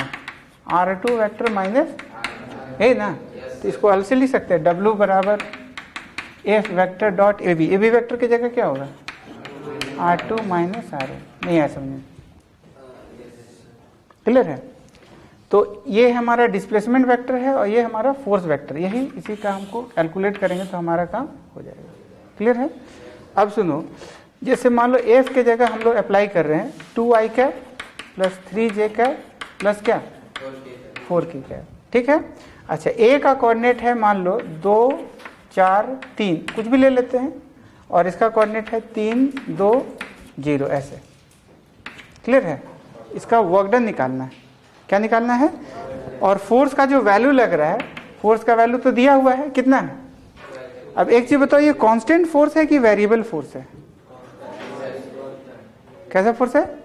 कांस्टेंट फोर्स हुआ ना, क्योंकि हर जगह इसका x के तरफ बराबर 2 न्यूटन है, y की तरफ जो फोर्स है कितना 3, और z की तरफ जो फोर्स है ये कांस्टेंट फोर्स में आएगा।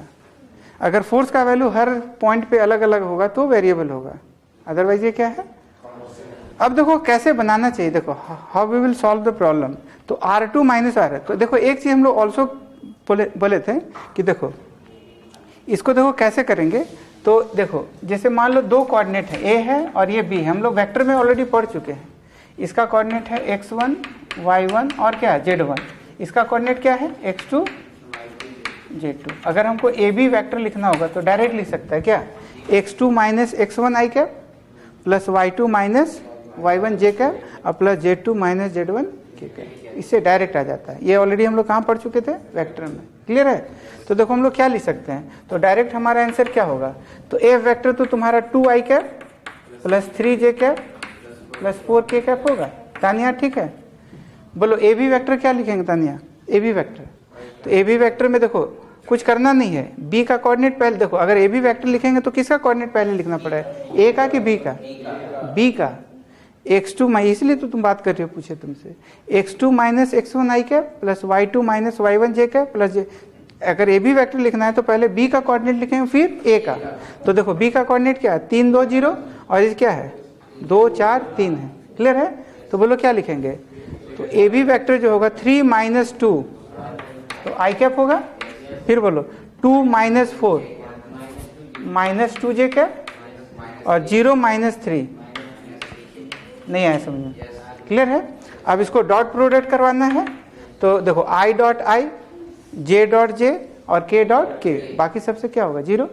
तो देखो i डॉट i तो क्या हो जाएगा 2, j डॉट j तो माइनस 3 दूनी क्या 6 और माइनस 4 तिहाई, तो बोलो कितना हो जाएगा, तो 12 6 18, 18 में से 2 गया, माइनस 16 जूल का वर्क डन हुआ। कैसा वर्क डन हुआ?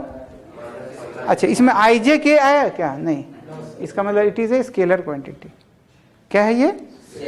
स्केलर क्वांटिटी है। तो एक तो मेथड तुम्हारा ये हो गया मेथड 1, ठीक है। मेथड 2 में देखो क्या होता है कि हम इसको चाहेंगे, तो देखो अभी हम जो जनरल मेथड पढ़ने वाले हैं, इस मेथड से हर तरह का वर्क डन कैलकुलेट हो जाता है, ठीक है। तो जनरल मेथड में देखो क्या है कि पहले स्मॉल डिस्प्लेसमेंट का वर्क डन निकालेंगे, तो डी डब्ल्यू बराबर क्या हो जाएगा एफ डॉट डी आर। अरे बोलो, स्मॉल डिस्प्लेसमेंट डी आर के लिए हमको फोर्स तो एफ लगा और डिस्प्लेसमेंट क्या हुआ डी आर, और थोड़े से डिस्प्लेसमेंट के लिए फोर्स लगभग क्या माना जा सकता है कांस्टेंट। तो small work done D R के लिए नहीं होगा, और टोटल वर्क डन निकालना है तो जोड़ देंगे, और इसी जोड़ का नाम है इंटीग्रेशन। इंटीग्रेशन मतलब क्या, जोड़ना, और जोड़ना कहाँ से कहाँ, तो मान लो R1 से, अरे बोलो, तो ये क्या हो जाएगा एफ डॉट, या तो ऐसे लिख लो या फिर क्या लिखेंगे, R1 के जगह हम लिखेंगे x1 y1 z1, और ये क्या होगा x2 y2 z2। अरे बोलो, और यहाँ पर f को ट्राई करो, f should be always written in the terms of i j and k। f को कैसे लिखना चाहेंगे हमेशा, तो क्या होगा बताओ, तो मान लो f समझने के लिए हम लोग लिख दिए A I cap plus B J cap समझने के लिए, और सी के कैप, ठीक है, डॉट, और डी आर को हमेशा डी एक्स आई कैप प्लस डी वाई जे कैप प्लस डी जेड के कैप लिखना चाहिए। क्या लिखना चाहिए, D x I cap plus what, और प्लस, इससे फायदा क्या होता है कि फोर्स कांस्टेंट हो या फोर्स वेरिएबल हो, हर तरह का प्रॉब्लम बनेगा, ठीक है, 1D 2D 3D हर तरह का सवाल बनेगा। ये जनरल मेथड है टू कैलकुलेट वर्क डन। तो अब हम इसको ऐसे बैठाएंगे, तो देखो क्या लिखेंगे, तो ऑलरेडी एफ जो है वेक्टर के फॉर्म में दिया हुआ है, क्या दिया हुआ है 2 3i, तो क्या लिखेंगे बताओ, 2i cap plus 3j cap plus what 4k cap, वैसे ही ना, डॉट, फिर dxi कैप लिखेगा, क्या लिखेगा dxi cap plus dy plus dz, नहीं आया समझ में, आ गया। अरे बोलो, और लिमिट क्या लेंगे, देखो तो x1 y1 हमारा a और b है ना, तो a का कोऑर्डिनेट क्या है 2 4 3, तो यहाँ पर 2 4 3 लिखेंगे, और यहाँ क्या होगा 3 2, अरे बोलो, तो क्या हो जाएगा बताओ। अब देखो i डॉट i1 नहीं आया समझ में, तो 2 और dx हो गया, तो पहला टर्म 2 dx हो गया, दूसरा टर्म क्या होगा 3 dy और तीसरा टर्म 4 dy। अब 2 बाहर आएगा तो dx का इंटीग्रेशन x होगा, अपर लिमिट माइनस, तो अपर लिमिट क्या है 3 और लोअर लिमिट क्या है तो क्या 3 माइनस 2 लिखेंगे? यस।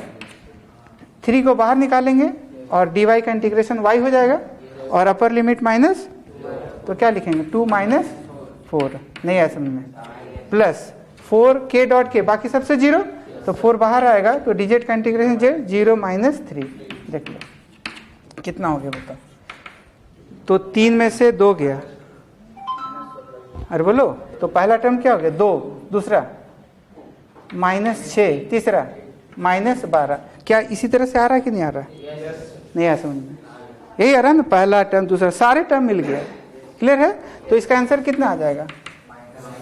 -16 जूल। ठीक है, नहीं आ समझ में, ठीक है। अब सुनो, अगर इस F की जगह देखो, अगर ये ऑब्जेक्ट पे बहुत सारा फोर्स लगता है, देखो ये F1 लगता, ये भी आई कैप जे कैप के कैप होता है, F2 लगता, ये भी आई कैप जे कैप के कैप में होता है, F3 लगता, ऐसे करके फोर्स लगता है, ऐसे करके, और कहता है कि सारे फोर्स का वर्क डन निकालिए, calculate the work done by all the force. तब क्या करना चाहिए?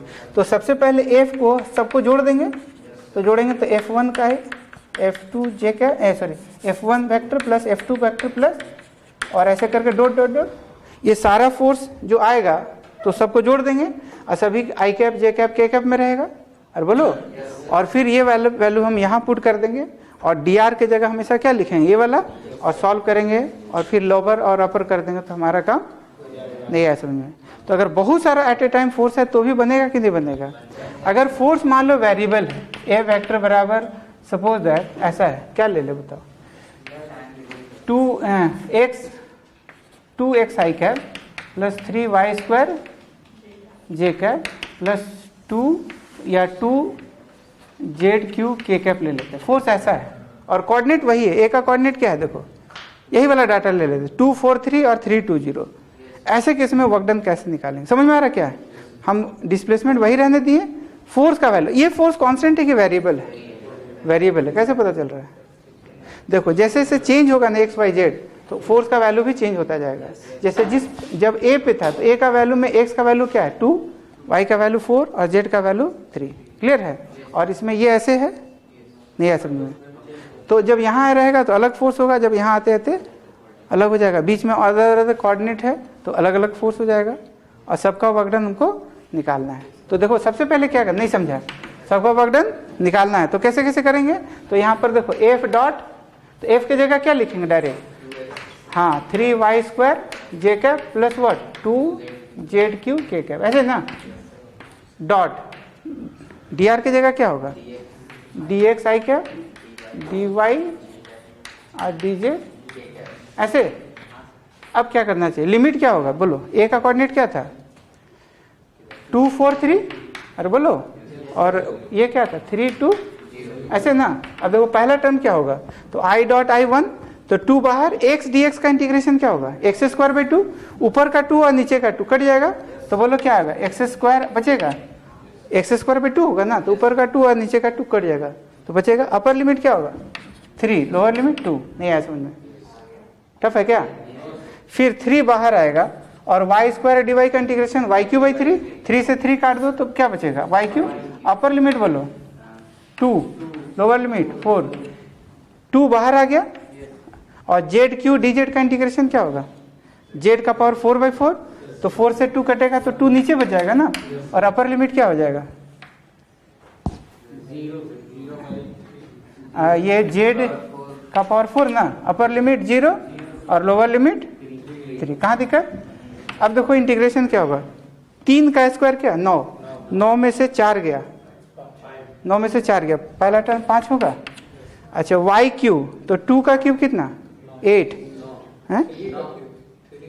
अरे y की जगह 2 पुट करेंगे ना, तो 2 का क्यूब हो गया ना, तो 2 का क्यूब 8 और 4 का क्यूब 64, तो कितना हो जाएगा? प्लस 56 की माइनस 56? हाँ माइनस 56। ये क्लियर है? नहीं आया समझ में? फिर 2 बाहर आ गया। अब देखो z का पावर 4 मतलब 0 का पावर 4 और 3 का पावर 4, 3 का पावर 4 कितना? 9, 9 81, तो माइनस 81 बाई कितना? 2, तो कितना हो गया बताओ? तो 56, ये तो माइनस 51 हो गया। अब पॉइंट में कर दो तो कितना आ जाएगा? माइनस 40.5 ऐसे ना, तो कितना हो जाएगा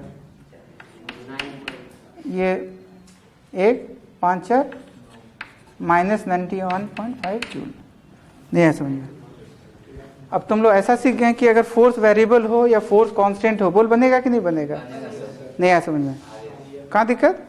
कुछ भी रहेगा ना हमेशा इसी तरह से बना सकते हैं। देखो लेगा, देखो सुनो, अगर मान लो डिस्प्लेसमेंट x बराबर 0 से x बराबर d तक है, ठीक है? डिस्प्लेसमेंट कहाँ से कहाँ है? 0 से d, और फोर्स लग रहा है 1d है। ये तो हम लोग 3d का बनाए ना। अगर फोर्स 1d है, फोर्स का जो वैल्यू है ax² है प्लस bx है प्लस c। 1d कैसे पता चला बताओ? क्योंकि फोर्स x पे डिपेंड कर रहा है, y और z पे डिपेंड, और डिस्प्लेसमेंट भी x बराबर 0 से d है, तो ये 1d हो गया। इसका वर्क डन पूछा कि फाइंड वर्क डन कितना होगा। क्लियर है? तो डायरेक्ट हमको करना क्या है, f vector dot dr vector, इसमें खाली i कैप लगा देगा, और dr की जगह क्या लिखेगा, dx i cap plus dy j cap plus dz k cap, यही ना होगा। तो i डॉट i 1 हो जाएगा, बाकी सबसे क्या हो जाएगा 0। तो फाइनली क्या बचेगा, ax² प्लस bx प्लस क्या c इंटू dx बचेगा, बाकी सबसे डिस्ट्रीब्यूटिव लॉ क्या हो जाएगा 0, और लिमिट 0 से क्या करना है, नहीं आया समझ में? तो ax² dx का इंटीग्रेशन बोलो, x³ 3, तो ये हो जाएगा d³ प्लस b बाहर x dx का इंटीग्रेशन x² 2, तो क्या हो जाएगा d² 2, और c dx c बाहर dx का integration x upper limit minus, नहीं आया समझ में? तो हम लोग क्या क्या सीखे, अगर फोर्स 1d हो तो बनेगा, 3d हो तो बनेगा, फोर्स अगर कांस्टेंट हो तो बनेगा, बहुत सारा फोर्स एट ए टाइम लग रहा है, कांस्टेंट फोर्स तो बनेगा, या वेरिएबल फोर्स का सम भी लगेगा तो भी बनेगा, और फोर्स अगर कांस्टेंट हो तो बनेगा। अब देख लो जो लगाना है, लेकिन this is the general method to calculate work done. नहीं आया समझ में? आगे क्लियर है?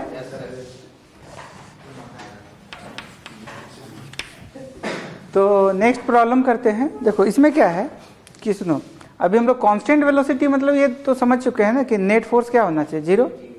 तो नेट फोर्स अगर 0 हो जाएगा तो ऑब्जेक्ट कहेंगे कांस्टेंट स्पीड से मूव कर रहा है, या स्लोली टर्म भी यूज करते हैं। तो एक प्रॉब्लम देखो क्या है कि इस टाइप का एक ट्रैक है, देखो ऐसा देख रहा है, इस टाइप का ट्रैक है, और इसका जो सरफेस है वो कैसा है, रफ है। अब ये इसका ऊपर टॉप वैल्यू है, ये वाला पार्ट a ले लो और ये वाला पार्ट ये ले लो, मतलब b इसका हाइट है और a इसका बेस का लेंथ है। क्लियर है? अब एक ऑब्जेक्ट को ना नीचे से लेके हम इसको ऐसे मूव करा रहे हैं कांस्टेंट स्पीड से। कैसे मूव करा रहे हैं? कांस्टेंट स्पीड से, ठीक, और यहाँ तक पहुँचा दिए, मतलब जो स्पीड यहाँ रहा वही पूरे रास्ते भर वही स्पीड रहा। क्लियर है? नहीं है समझ? तो टोटल वर्क डन बाय, और फोर्स जो लग रहा है ना, ये क्वेश्चन में दिया हुआ, इट इज गिवन दैट कि force is always acting along tangent. Force किधर लग रहा है? हमेशा टेंजेंट की तरफ लग रहा है, मतलब यहाँ पर टेंजेंट बनाएंगे तो इधर, यहाँ का टेंजेंट बनेगा ऐसे। फोर्स इज ऑलवेज, तो गिवन में क्या दिया हो कि एफ जो है वो फोर्स जो लग रहा है ऑलवेज अलोंग क्या, टेंजेंट। तो इसी फोर्स के चलते कितना वर्क होगा यही हमको निकालना है। इसी फोर्स के चलते, फोर्स का वैल्यू दिया हुआ नहीं है, लेकिन फोर्स ऐसा लग रहा है कि उसका डायरेक्शन ऑलवेज अलोंग टेंजेंट है, और ये सरफेस रफ है। रफ सरफेस होने की वजह से म्यू इसका क्या है, कोफिशिएंट ऑफ फ्रिक्शन है। ठीक है, तो इसको काइनेटिक फ्रिक्शन भी कह सकता है। ठीक है, तो कोफिशिएंट ऑफ फ्रिक्शन म्यू दिया हुआ है। तो क्या पूछा कि find the work done by applied force. Applied force के चलते वर्क डन क्या होगा, यही हमको पूछा गया। ठीक, answer should come in the terms of A B mu, और एम ब्लॉक का क्या है, मास है। इसी के रिस्पेक्ट में आंसर आना चाहिए। ठीक है, तो वर्क डन का तो कैसे बनेगा, देखो वर्क बराबर होता है क्या, तो वर्क बराबर फोर्स इंटू डिस्प्लेसमेंट। तो डिस्प्लेसमेंट ऑलवेज, हर जगह पर डिस्प्लेसमेंट तो ऑलवेज अलोंग टेंजेंट रहेगा। तो मान लो ये जो डिस्प्लेसमेंट है, देखो इस तरह से, तो ये कर्व इसी टाइप का है ना, इसका एक पार्ट हम कंसिडर करते हैं, पार्ट। देखो ये वाला जो है, तो ब्लॉक यहाँ से यहाँ ये मूव किया, और ये थोड़ा देर के लिए ds ले लेते हैं। अरे बोलो, फोर्स भी किधर लगा, ऑलवेज अलोंग टेंजेंट। तो ds is also taken what, along the tangent. ds भी अलोंग टेंजेंट लिया गया है। अरे बोलो, ds भी अलॉन्ग टेंजेंट, और फोर्स भी किधर लग रहा है, तो पॉजिटिव वर्क डन होगा कि नेगेटिव वर्क डन होगा, पॉजिटिव वर्क डन होगा। तो कैन वी से dw बराबर f ds सिर्फ, क्योंकि ये दोनों के बीच में थीटा का वैल्यू क्या हो गया 0 डिग्री, और cos 0 डिग्री क्या हो गया 1, तो कैसा वर्क डन होगा, पॉजिटिव वर्क डन होगा, ठीक। बट इस f का वैल्यू तो दिया हुआ नहीं ना है, बट इतना लिखा हुआ है कि ऑब्जेक्ट कैसे मूव कर रहा है, ऑलवेज कांस्टेंट स्पीड से, नहीं ऑब्जेक्ट कैसे मूव कर रहा है, लेकिन ये फोर्स का वैल्यू तो दिया हुआ नहीं ना है, तो ये फोर्स का वैल्यू पहले हमको निकालना पड़ेगा। कैसे निकालेंगे, तो देखो मान लो अभी थोड़ा देर के लिए ऑब्जेक्ट हम यहाँ पर ले लेते हैं। Now if you draw the free body diagram, तो mg किधर लगेगा, नीचे, और ये एंगल को हम थीटा ले लेते हैं, क्लियर है। तो mg का इधर वाला कंपोनेंट क्या होगा, mg cos थीटा, और इधर वाला कंपोनेंट mg sin थीटा, इधर बोलो तो नॉर्मल रिएक्शन, ठीक है। अच्छा, चूंकि अब द प्लेन मूव कर रहा है, इस इंस्टेंट पर फोर्स का जो डायरेक्शन है, ये वेलोसिटी का जो डायरेक्शन है अलोंग द डिस्प्लेसमेंट है, that is along the tangent है। इसका मतलब फ्रिक्शनल फोर्स क्या किधर एक्ट करेगा, पीछे। तो in which direction there will be frictional force, क्योंकि मोशन किधर है, वेलोसिटी इधर है ना, है अलोंग द टेंजेंट है। तो हाँ, तो फ्रिक्शनल फोर्स जो काइनेटिक फ्रिक्शनल फोर्स होगा उसी के ठीक पीछे में होगा, और कितना होगा, तो म्यू गुना एन या म्यू के गुना एन भी कर सकते हैं। तो यहाँ पे म्यू के नहीं दिया हो, म्यू ही दिया हो, तो म्यू गुना एन होगा, और बोलो, और एन का वैल्यू क्या होगा, नॉर्मल रिएक्शन क्या है, mg cos थीटा। तो कैन वी से दैट कि अप्लाइड फोर्स का जो वैल्यू होगा हर वक्त mg sin theta plus mu mg cos theta होना चाहिए, और थीटा इज ऑलवेज चेंजिंग, हर समय थीटा का वैल्यू क्या हो रहा है, चेंज हो रहा है। थीटा इज टेकन किसके साथ, तो इस समय ये थीटा है और ये थीटा ये ले लेता है, तो theta is always taken inclined plane का या उस प्लेन का हॉरिजॉन्टल के साथ। तो अगर देखा जाए तो यहाँ पर थीटा बहुत ज़्यादा है, देख रहे हैं, यहाँ पर थीटा बहुत कम है, यहाँ पर थीटा, हर जगह थीटा का वैल्यू सेम है कि अलग अलग है, तो अलग अलग थीटा के वजह से ये दोनों का सम भी वेरिएबल होता रहेगा। तो ये फोर्स कांस्टेंट लग रहा है कि वेरिएबल लग रहा है, हाँ, फोर्स का जो मैग्नीट्यूड पार्ट है वो वेरिएबल है, लेकिन फोर्स का जो डायरेक्शन पार्ट है वो ऑलवेज अलोंग टेंजेंट है। नहीं आ समझ में, फोर्स का जो मैग्नीट्यूड पार्ट है वो क्या है, वेरिएबल है, लेकिन फोर्स का जो डायरेक्शन पार्ट है वो ऑलवेज अलोंग टेंजेंट है। इस तरह से फोर्स लग रहा है, क्या चमत्कारी फोर्स है, नहीं, फोर्स किस तरह से लग रहा है, देख रहा है। और फोर्स का जो न्यूमेरिकल वैल्यू होना चाहिए वो क्या होना चाहिए, mg sin थीटा प्लस, तो हम लोग क्या लिखेंगे, तो dw बराबर f की जगह क्या करेंगे, तो mu mg cos theta plus mg sin theta, कोई दिक्कत, into what, ds। Total work can be obtained by what, integration, इसको इंटीग्रेट करेंगे तो म्यू mg cos थीटा और ये ds हो जाएगा, अरे बोलो, तो ये cos थीटा की जगह हम लोग ds cos थीटा भी लिख सकते हैं, प्लस mg sin थीटा, और ये हम लोग ds sin थीटा भी लिख सकते हैं। नहीं आया समझ में। अब यहाँ पर देखो तो there are two terms of integration, दो टर्म है इस इंटीग्रेशन, पहला टर्म और, अब देखो कैसे कैसे सॉल्व करेंगे, तो दोनों टर्म को हम अलग अलग कर दिए, यही हमारा टोटल वर्क डन आने वाला है। नहीं, इसमें भी इंटीग्रेशन डाल दिए और इसमें भी। अब देखो यहाँ पर ध्यान दो, तो ये तुम्हारा ds किधर है, देखो व्हाट इज ds, तो ये एंगल थीटा है हॉरिजॉन्टल के साथ, ds तुम्हारा ये वाला है ना, अरे बोलो, तो कैन वी से ये वाला जो पार्ट होगा dx का वैल्यू, ये वाला पार्ट क्या होगा, ds cos थीटा, नहीं है समझ में, और इधर वाला ये क्या आएगा, ds sin थीटा, ठीक है। तो ds cos थीटा की जगह dx लिखेंगे और ds sin थीटा की जगह हम क्या करेंगे, dy लिख देंगे, तब हमारा ये क्या आ जाएगा बताओ, तो w will be what, mu mg ऐसे, और ds cos theta will become dx, और बोलो, और mg और ds sin थीटा क्या हो जाएगा, dy। अब देख लो इंटीग्रेशन क्या है, तो दो टर्म का इंटीग्रेशन आया, एक में dx आ गया और एक में dy आ गया, बाकी म्यू mg कांस्टेंट है और इसका mg कांस्टेंट है। अब देखो dx का इंटीग्रेशन क्या होगा, तो अगर देखा जाए तो यहाँ पर ये इसका मान लो, इसको ऑरिजिन ले लेते हैं, इसको x एक्सिस ले लेते हैं इसको, तो ये x बराबर 0 पे है और ये y के 0 पर है।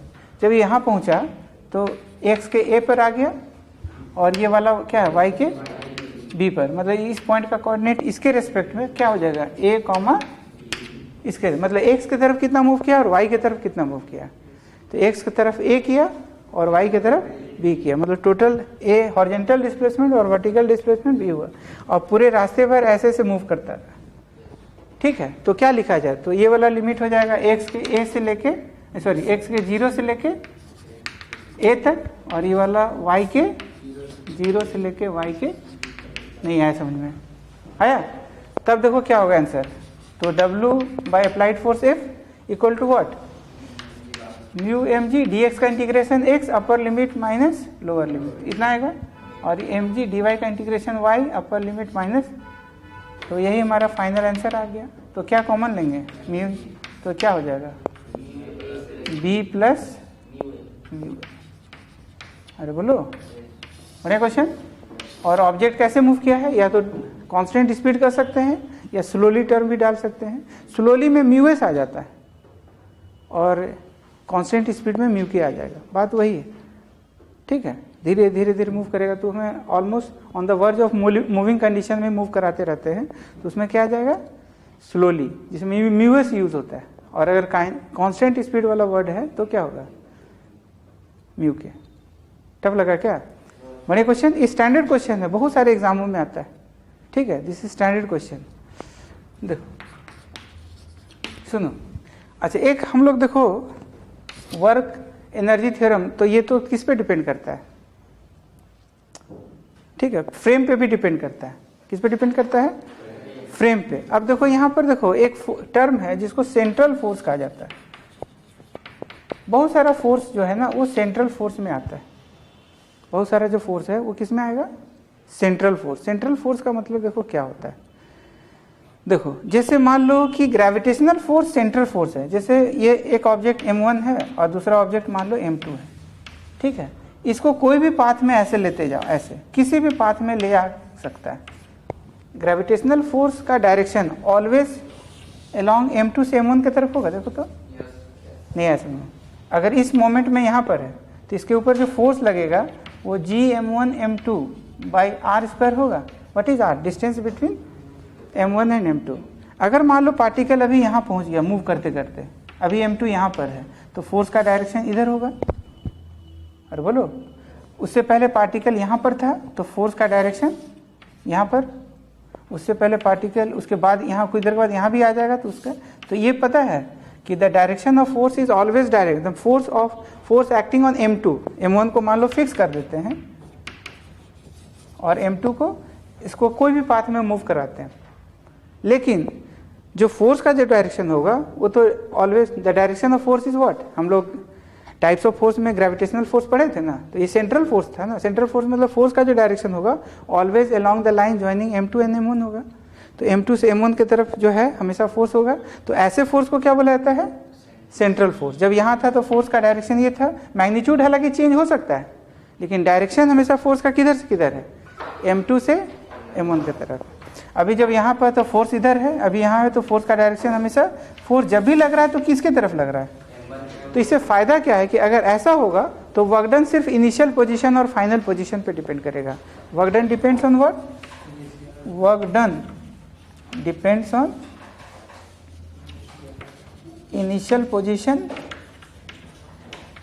एंड क्या, फाइनल। इनिशियल पोजीशन और फाइनल पोजीशन पे ही डिपेंड करेगा। नहीं है समझ में, ठीक है। अब इसका बेनिफिट हम लोग देखो कैसे उठाएंगे, ये हम बोलने जा रहे हैं। ठीक है, तो बेनिफिट में जैसे मान लो कि एक ऑब्जेक्ट को ऐसे, सुनो देखो एक ऑब्जेक्ट को, ये सेमी सर्किल है, क्या है ये, सेमी सर्किल है। एक ऑब्जेक्ट पे फोर्स जो लग रहा है ना, ये हाफ रिंग ले लेते हैं, इसमें एक रिंग मूव कर रहा है और ये पॉइंट ए है, ये पॉइंट बी है। ठीक है, फोर्स जब भी लग रहा है तो टुवर्ड्स बी लग रहा है, जब यहाँ पर है तो बी की तरफ लगा, जब यहाँ पर हुआ तब भी फोर्स बी की तरफ लगा, ऐसे है तब भी। लेकिन एक चीज और क्या दिया हुआ कि एफ का जो वैल्यू है क्या है, कांस्टेंट है। नहीं, magnitude of force is acting constant पर direction is always acting towards, मतलब डायरेक्टेड किधर, directed towards what, B, B की तरफ है। जैसे ऑब्जेक्ट तो हालांकि इसी के तरफ है ना, स्मॉल रिंग है, वो फिक्स्ड बड़ा रिंग है, ये वाला फिक्स्ड क्या है बड़ा रिंग, ठीक है, उसी में मूव कर रहा है। तो हो सकता है कि हम ऐसा कर सकते हैं कि चलो एक सूता से इसको टान रहे हैं, यहाँ पर छोटा सा एक पुली डाल दिए और ये सूता ऐसे ले लिए और सूतवे से इसको खींच रहे हैं, नहीं समझा? तो ये खिंचा रहा है, हल्का स्लिप करते जा रहा है, स्मूथ सरफेस है, स्लिप करते जा रहा है। जब यहाँ पर है तो सूता का जो टेंशन होगा किधर लगेगा, और ऐसा खींच रहे हैं कि टेंशन इसके अंदर या फोर्स जो है इसके अंदर, टेंशन या फोर्स जो भी बोल लो, ये क्या है, इसका मैग्नीट्यूड पार्ट कांस्टेंट है, ऐसे लगा रहे हैं, ठीक है। तो जब यहाँ पर है तो अभी सूता ऐसे हो जाएगा ना, और ये ऐसे करके टान रहे हैं, नहीं समझा? और जब ये स्मॉल रिंग यहाँ से यहाँ पहुँच जाएगा तो सूता तो हमेशा अलॉन्ग इट्स लेंथ ना रहेगा, तो इसको ऐसे ऐसे ऐसे करके क्या कर रहा है, टान रहे हैं। तो क्या ये सेंट्रल फोर्स में आएगा कि नहीं आएगा? आ जाएगा। अरे बोलो। तो कह रहा है कि जो हम फोर्स लगा रहे हैं, ये कांस्टेंट फोर्स लगा रहे हैं, ये it is given already in the question. तो इस फोर्स का वर्क डन क्या होगा बताइए? नहीं, क्या पूछा? तो बस कुछ करना नहीं है, 100 बात का एक जवाब। अगर हम इस कॉन्सेप्ट से बनाएंगे तो बहुत आसानी से बन जाएगा, अदरवाइज बहुत बहुत लंबा इंटीग्रेशन, और बढ़िया वाला इंटीग्रेशन भी है और इसको यूज करने भी आना चाहिए। और ऐसे जो हम कॉन्सेप्ट बता रहे हैं उसका आंसर पता है क्या होगा? डायरेक्ट वो इनिशियल और फाइनल पे डिपेंड करेगा, चाहे वो जिस पाथ में आया हो उससे कोई लेना देना। इसका फाइनल आंसर फोर्स लगा F और A से लेके B तक इनिशियल और फाइनल बीच में डिस्प्लेसमेंट क्या रहा? तो अगर इसका रेडियस R है, अरे बोलो, तो R प्लस R, बस बस बस बस बस यही आंसर आ चुका है। बिना पेन चलाए ये हम आंसर बता सकते हैं। नहीं आ समझ में? करना क्या है, जो फोर्स लगा अच्छा, ये फोर्स अगर कांस्टेंट नहीं वेरिएबल है तो इंटीग्रेट करना पड़ेगा। तो फोर्स का न्यूमेरिकल वैल्यू लेके इंटीग्रेट कर दो इनिशियल पोजीशन से फाइनल पर, तो डायरेक्ट आंसर आ जाएगा, जिसको आगे जाके भी हम लोग यूज करेंगे। ग्रेविटेशनल फोर्स का वर्क डन और इलेक्ट्रोस्टैटिक फोर्स का वर्क डन जो निकालेंगे, तो इसी मेथड को ट्राई करेंगे, फटाक से आ जाता है। तो सेंट्रल, तो अगर बहुत बार ना अगर सेंट्रल प्रूव हो जाए कि फोर्स सेंट्रल है तो कुछ करना नहीं रहता है, नहीं समझा? क्योंकि वो नेचर ऑफ द पाथ पे डिपेंड नहीं करेगा, सिर्फ इनिशियल और फाइनल पॉइंट पे डिपेंड करेगा। क्लियर है? ठीक है। तो इसी से एक और प्रॉब्लम करते हैं, लास्ट में देखो क्या है कि एक तुम्हारा फिक्स्ड रिंग है, ये फिक्स्ड रिंग है, इसका सरफेस स्मूथ ले सकता है, फिक्स्ड रिंग, ठीक है, और इसका रेडियस कितना है? R है। अब यहाँ पर एक अंगूठी है ऐसे स्मॉल रिंग, इसको कहाँ से कहाँ मूव कराना है? तो अभी ये A पे है, ठीक है, कहाँ पे है? A पे, और A से हमको B मूव करवाना है, ये एंगल थीटा है। अब इस पे देखो फोर्स क्या क्या लगेगा, तो एक तो mg लगेगा, और बोलो कहीं भी रहेगा तो एक फोर्स क्या लगेगा? mg, very good. एक फोर्स क्या लगेगा? नॉर्मल, और बोलो एक जो है इधर तूफान पंखा चला दिए, जिसके वजह से हवा एकदम हा हा हा करके जो है निकल रहा है बहुत जोर से, और ये फोर्स जो लग रहा है ना कांस्टेंट फोर्स लग रहा है। तो ये फोर्स फिक्स रिंग है, उस पर तो कोई फर्क नहीं पड़ेगा, लेकिन जो रिंग है उस पर तो क्या होगा? वो फर्क पड़ेगा ना। तो ये कांस्टेंट फोर्स लग रहा है, तो इस पर एक और फोर्स का वर्चस्व है, ये फोर्स F लग रहा है, और ये फोर्स कांस्टेंट लग रहा है। जब भी है तो फोर्स का डायरेक्शन क्या है? कांस्टेंट है और हॉरिजॉन्टल है, ठीक है। तूफान पंखा चला दिए, ठीक, और फोर्स डाल दें। एक फोर्स मतलब कि suppose always directed towards AB है, चलो mg का वैल्यू हो गया F हो गया। एक फोर्स और किधर लग रहा है? हाँ, मतलब always towards directed towards AB। Ring नहीं, ये फिक्स्ड है, ये A से B मूव कर रहा है, पहले A पे था, A से P गया और P से B गया, तो एक वो फोर्स और बढ़ा दिए। मतलब जब यहाँ पर है तो फोर्स का डायरेक्शन F लग रहा है, और बोलो जब यहाँ पर है तो फोर्स का डायरेक्शन 1 सेकेंड ऐसे, और यहाँ होगा ऐसे करके। Force is always directed towards क्या? तो के को फोर्स हो गया, पहला, दूसरा नॉर्मल, तीसरा, और ये वाला चौथा। एक फोर्स और डाल देते हैं। एक फोर्स ऑलवेज अलोंग टेंजेंट है, ठीक है, एक फोर्स ऑलवेज, जो ऑलवेज अलोंग टेंजेंट है उस फोर्स का वैल्यू मान लो दिया हुआ है, मान लो जो ऑलवेज अलोंग टेंजेंट है उस फोर्स का वैल्यू चलो F0 A plus B theta दिया हुआ। What is theta? Theta is what? Instantaneous angle, ठीक है, या थीटा की जगह F0 हो गया। थीटा इंस्टैंटेनियस एंगल है, मतलब कि हम ऐसा कर सकते हैं कि या इसको अल्फा कर देते हैं। What is alpha? Alpha is what? Angle of ये वाला विथ वर्टिकल के साथ, एंगल विथ वर्टिकल, नहीं समझा? मतलब जब ये यहाँ पर रहेगा तो अल्फा का वैल्यू क्या होगा? 0। जब यहाँ रहेगा तो अल्फा का वैल्यू अल्फा होगा, और जब इस जगह पर रहेगा तो अल्फा का वैल्यू थीटा हो जाएगा। क्लियर है? नहीं आया समझ में? तो ये चौथा फोर्स का प्रकोप। फोर्स, ये फोर्स का खासियत क्या है? ये फोर्स ऑलवेज अलोंग टेंजेंट लग रहा है, टेंजेंट टेंजेंट टेंजेंट, पी पे भी टेंजेंट। ठीक है, तो जैसे हम लोग यहाँ टेंजेंट टेंजेंट बनाए ना, ये वाला यहाँ टेंजेंट टेंजेंट बनाए, ये एक सेंट्रल फोर्स डाल दी, एक और, तो मोटा मोटी सारा बात तो हम समझा ही दी इसके अंदर। सबका टोटल वर्क डन निकालना, क्या कुछ है, find work done by all, सारे फोर्स का वर्क डन क्या होगा ये बताना। ठीक, करें? देखो पहला वर्क डन बाय नॉर्मल क्या होगा, ये ना है, देखते हैं, ये है, अभी यहाँ पर है, नॉर्मल का वर्क डन क्या होगा बताओ। नॉर्मल तो हमेशा एलोंग रेडियस है ना, और डिस्प्लेसमेंट क्या, ऑलवेज एलोंग टेंजेंट है, यही ना है, थीटा का वैल्यू ये हो गया। तो डिस्प्लेसमेंट ऑलवेज एलोंग टेंजेंट है, अरे बोलो, और नॉर्मल ऑलवेज एलोंग रेडियस है, तो टेंजेंट और रेडियस के बीच में बराबर एंगल कितना बनाओ, 90 डिग्री। तो वर्क डन बाय नॉर्मल क्या हो जाएगा, 0। बात करता हूँ, नहीं है समझ में? बहुत आसान। अच्छा, अब देखो work done by applied force क्या होगा। तो देखो ऑब्जेक्ट जरूर ए से बी गया, टेढ़ा गया, अगर टेढ़ा गया तो कहा जाए तो कितना इधर गया होगा, तो आर अगर इसका रेडियस दिया होगा क्वेश्चन में, R is radius of the circle, तो बताओ ये वाला एंगल कितना होगा, या ये डिस्टेंस कितना ट्रैवल करेगा, theta R, theta into radius, theta बराबर length of the arc by radius होता है ना। तो what is length of the arc, theta equal to length of the arc by what, radius. तो what length of the arc, theta R होगा। नहीं समझा? तो गया तो थीटा आर, लेकिन हॉरिजॉन्टल कितना गया और वर्टिकल कितना गया।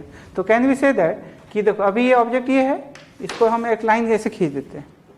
अब सुनो, ये थीटा है, ये क्या है एंगल, तो ये हमारा आर है, तो थीटा के सामने ये वाला पार्ट क्या होगा, आर साइन थीटा, और थीटा के सामने वाला, थीटा के साथ वाला, सामने वाला आर साइन थीटा हो गया, और थीटा के साथ वाला क्या हो गया, आर कॉस थीटा। तो यहाँ से यहाँ आर कॉस थीटा, और यहाँ से यहाँ, और यही दोनों का रिजल्टेंट आर है, ये दोनों 90 डिग्री पे है, under root R square cos square theta plus R square sine square theta करो तो कितना हो जाएगा, आर हो जाएगा। और यहाँ से लेके यहाँ तक आर है, ये वाला आर कॉस थीटा हो गया, तो बाकी का दूरी ये वाला क्या हो गया, आर माइनस। क्लियर है? अरे बोलो, तो ए से बी गया तो हॉरिजॉन्टली कितना गया और वर्टिकली कितना गया, और टेढ़ा कितना गया, तो टेढ़ गया थीटा आर, हॉरिजॉन्टली इस लेवल से इस लेवल में जो गया तो हॉरिजॉन्टली गया आर साइन थीटा, अरे बोलो, और इस लेवल से इस लेवल में वर्टिकली ऊपर कितना गया, R minus R cos theta गया। क्लियर है गया? और टेढ़ कितना गया, थीटा आर। क्लियर है? तो वर्क डन बाय क्या पूछा बताओ, वर्क डन बाय, चलो एम जी पहले निकालते हैं। तो एम जी किधर लगा, नीचे गया, किधर, ऊपर। नेगेटिव वर्क डन की positive work done, negative work done, तो कितना होगा, तो माइनस एम जी, और वर्टिकल डिस्प्लेसमेंट ऊपर कितना हो गया, आर माइनस, नहीं आया समझ में, आया? तो ये वर्क डन बाय नॉर्मल हो गया, ये हमारा दूसरा हो गया। तीसरा work done by applied force, बोलो work done by applied force, ये वाला, तो पूरे ये तो कांस्टेंट है ना, तो डायरेक्ट एफ इंटू और हॉरिजॉन्टल डिस्प्लेसमेंट कितना हुआ, तो बस ये भी बन गया, प्लस की माइनस, ठीक। फोर्थ कौन वाला फोर्स का, हाँ, जो along always directed towards B वाला है, नहीं, जो ऑलवेज डायरेक्टेड टुवर्ड्स, वो कैसे निकालेंगे देखो। तो इसका वैल्यू देखो क्या होगा, सुनो, तो हम ऐसा कर सकते हैं, ध्यान से देखो, ये तुम्हारा सर्किल है, ऐसे फिगर देखो, ये एंगल क्या है, थीटा, अरे बोलो, अब इसको हम ऐसे ज्वाइन कर दिए, ये वाला आर है, ये भी आर है, यहाँ से एक 90 डिग्री से ड्रॉप कर देते हैं, कर दिए। अब ये टोटल एंगल थीटा है, तो ये क्या होगा, और ये भी तुम्हारा, ये तो कन्ग्रुएंट हो गया है ना, अरे बोलो कैसे, ये 90 हो गया, कॉमन हो गया, दिस इक्वल टू दिस हो गया, तो थीटा बाई 2, तो आर इसके सामने वाला ये वाला जो पार्ट होगा वो क्या हो जाएगा, आर साइन थीटा बाई 2, और जितना ये होगा ये भी तुम्हारा आर साइन थीटा बाई 2 हो जाएगा। क्लियर है? इसका मतलब ए बी का जो वैल्यू होगा वो क्या होगा, R sine theta by 2 plus 2 R sine theta by 2। तो क्या हम लिख सकते हैं, तो work done by which force, जो कांस्टेंट, इसका देखो जो फोर्स लग रहा है ए टू बी, ऑलवेज इसका वैल्यू क्या फिक्स्ड है, न्यूमेरिकल वैल्यू फिक्स्ड है, जो कितना है, एफ है, लेकिन डायरेक्शन इसका बार बार चेंज हो रहा है, डायरेक्शन इज ऑलवेज टुवर्ड्स क्या, ऑलवेज टुवर्ड्स बी, जहां भी हो उसका डायरेक्शन हमेशा बी के तरफ ही है, चाहे जहां भी ऑब्जेक्ट जहां भी रहे। तो 100 बात का एक जवाब क्या करना चाहिए बताओ, तो ये जो ऑलवेज बी की तरफ है वो वाला का हम निकाल रहे हैं, ऑलवेज जो बी की तरफ है उसका निकाल रहे हैं। तो डायरेक्ट क्या बोले थे कि फोर्स अगर कांस्टेंट है तो जस्ट डिस्प्लेसमेंट से गुना कर देंगे, तो फोर्स तुम्हारा एफ हो गया और डिस्प्लेसमेंट क्या हो गया, हाँ 2r साइन।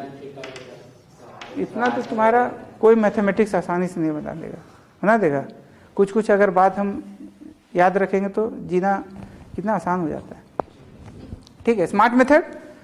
और लास्ट में work done by which force, पांचवा बचा ना, कौन सा फोर्स है, ये वाला। अब इसमें देखो क्या है कि थोड़ा देर के लिए ये वाला जो एंगल है अल्फा लिए ना, तो मान लो पहले इसको थोड़ा सा ना सुनो, ये अल्फा है, अभी ये ऑब्जेक्ट, हाँ अभी ये ऑब्जेक्ट पी के पास आ चुका है, ये वाला पार्ट फर्दर सा क्या होगा उसका, देखो फोर्स तो ऑलवेज कितना लग रहा है, फोर्स का जो वैल्यू है वेरिएबल है, कितना है ये वाला, और इसका डायरेक्शन किधर है, ये दिया हुआ ऑलवेज अलोंग टेंजेंट। तो पहले स्मॉल डिस्प्लेसमेंट का वर्क डन निकाल लेते हैं।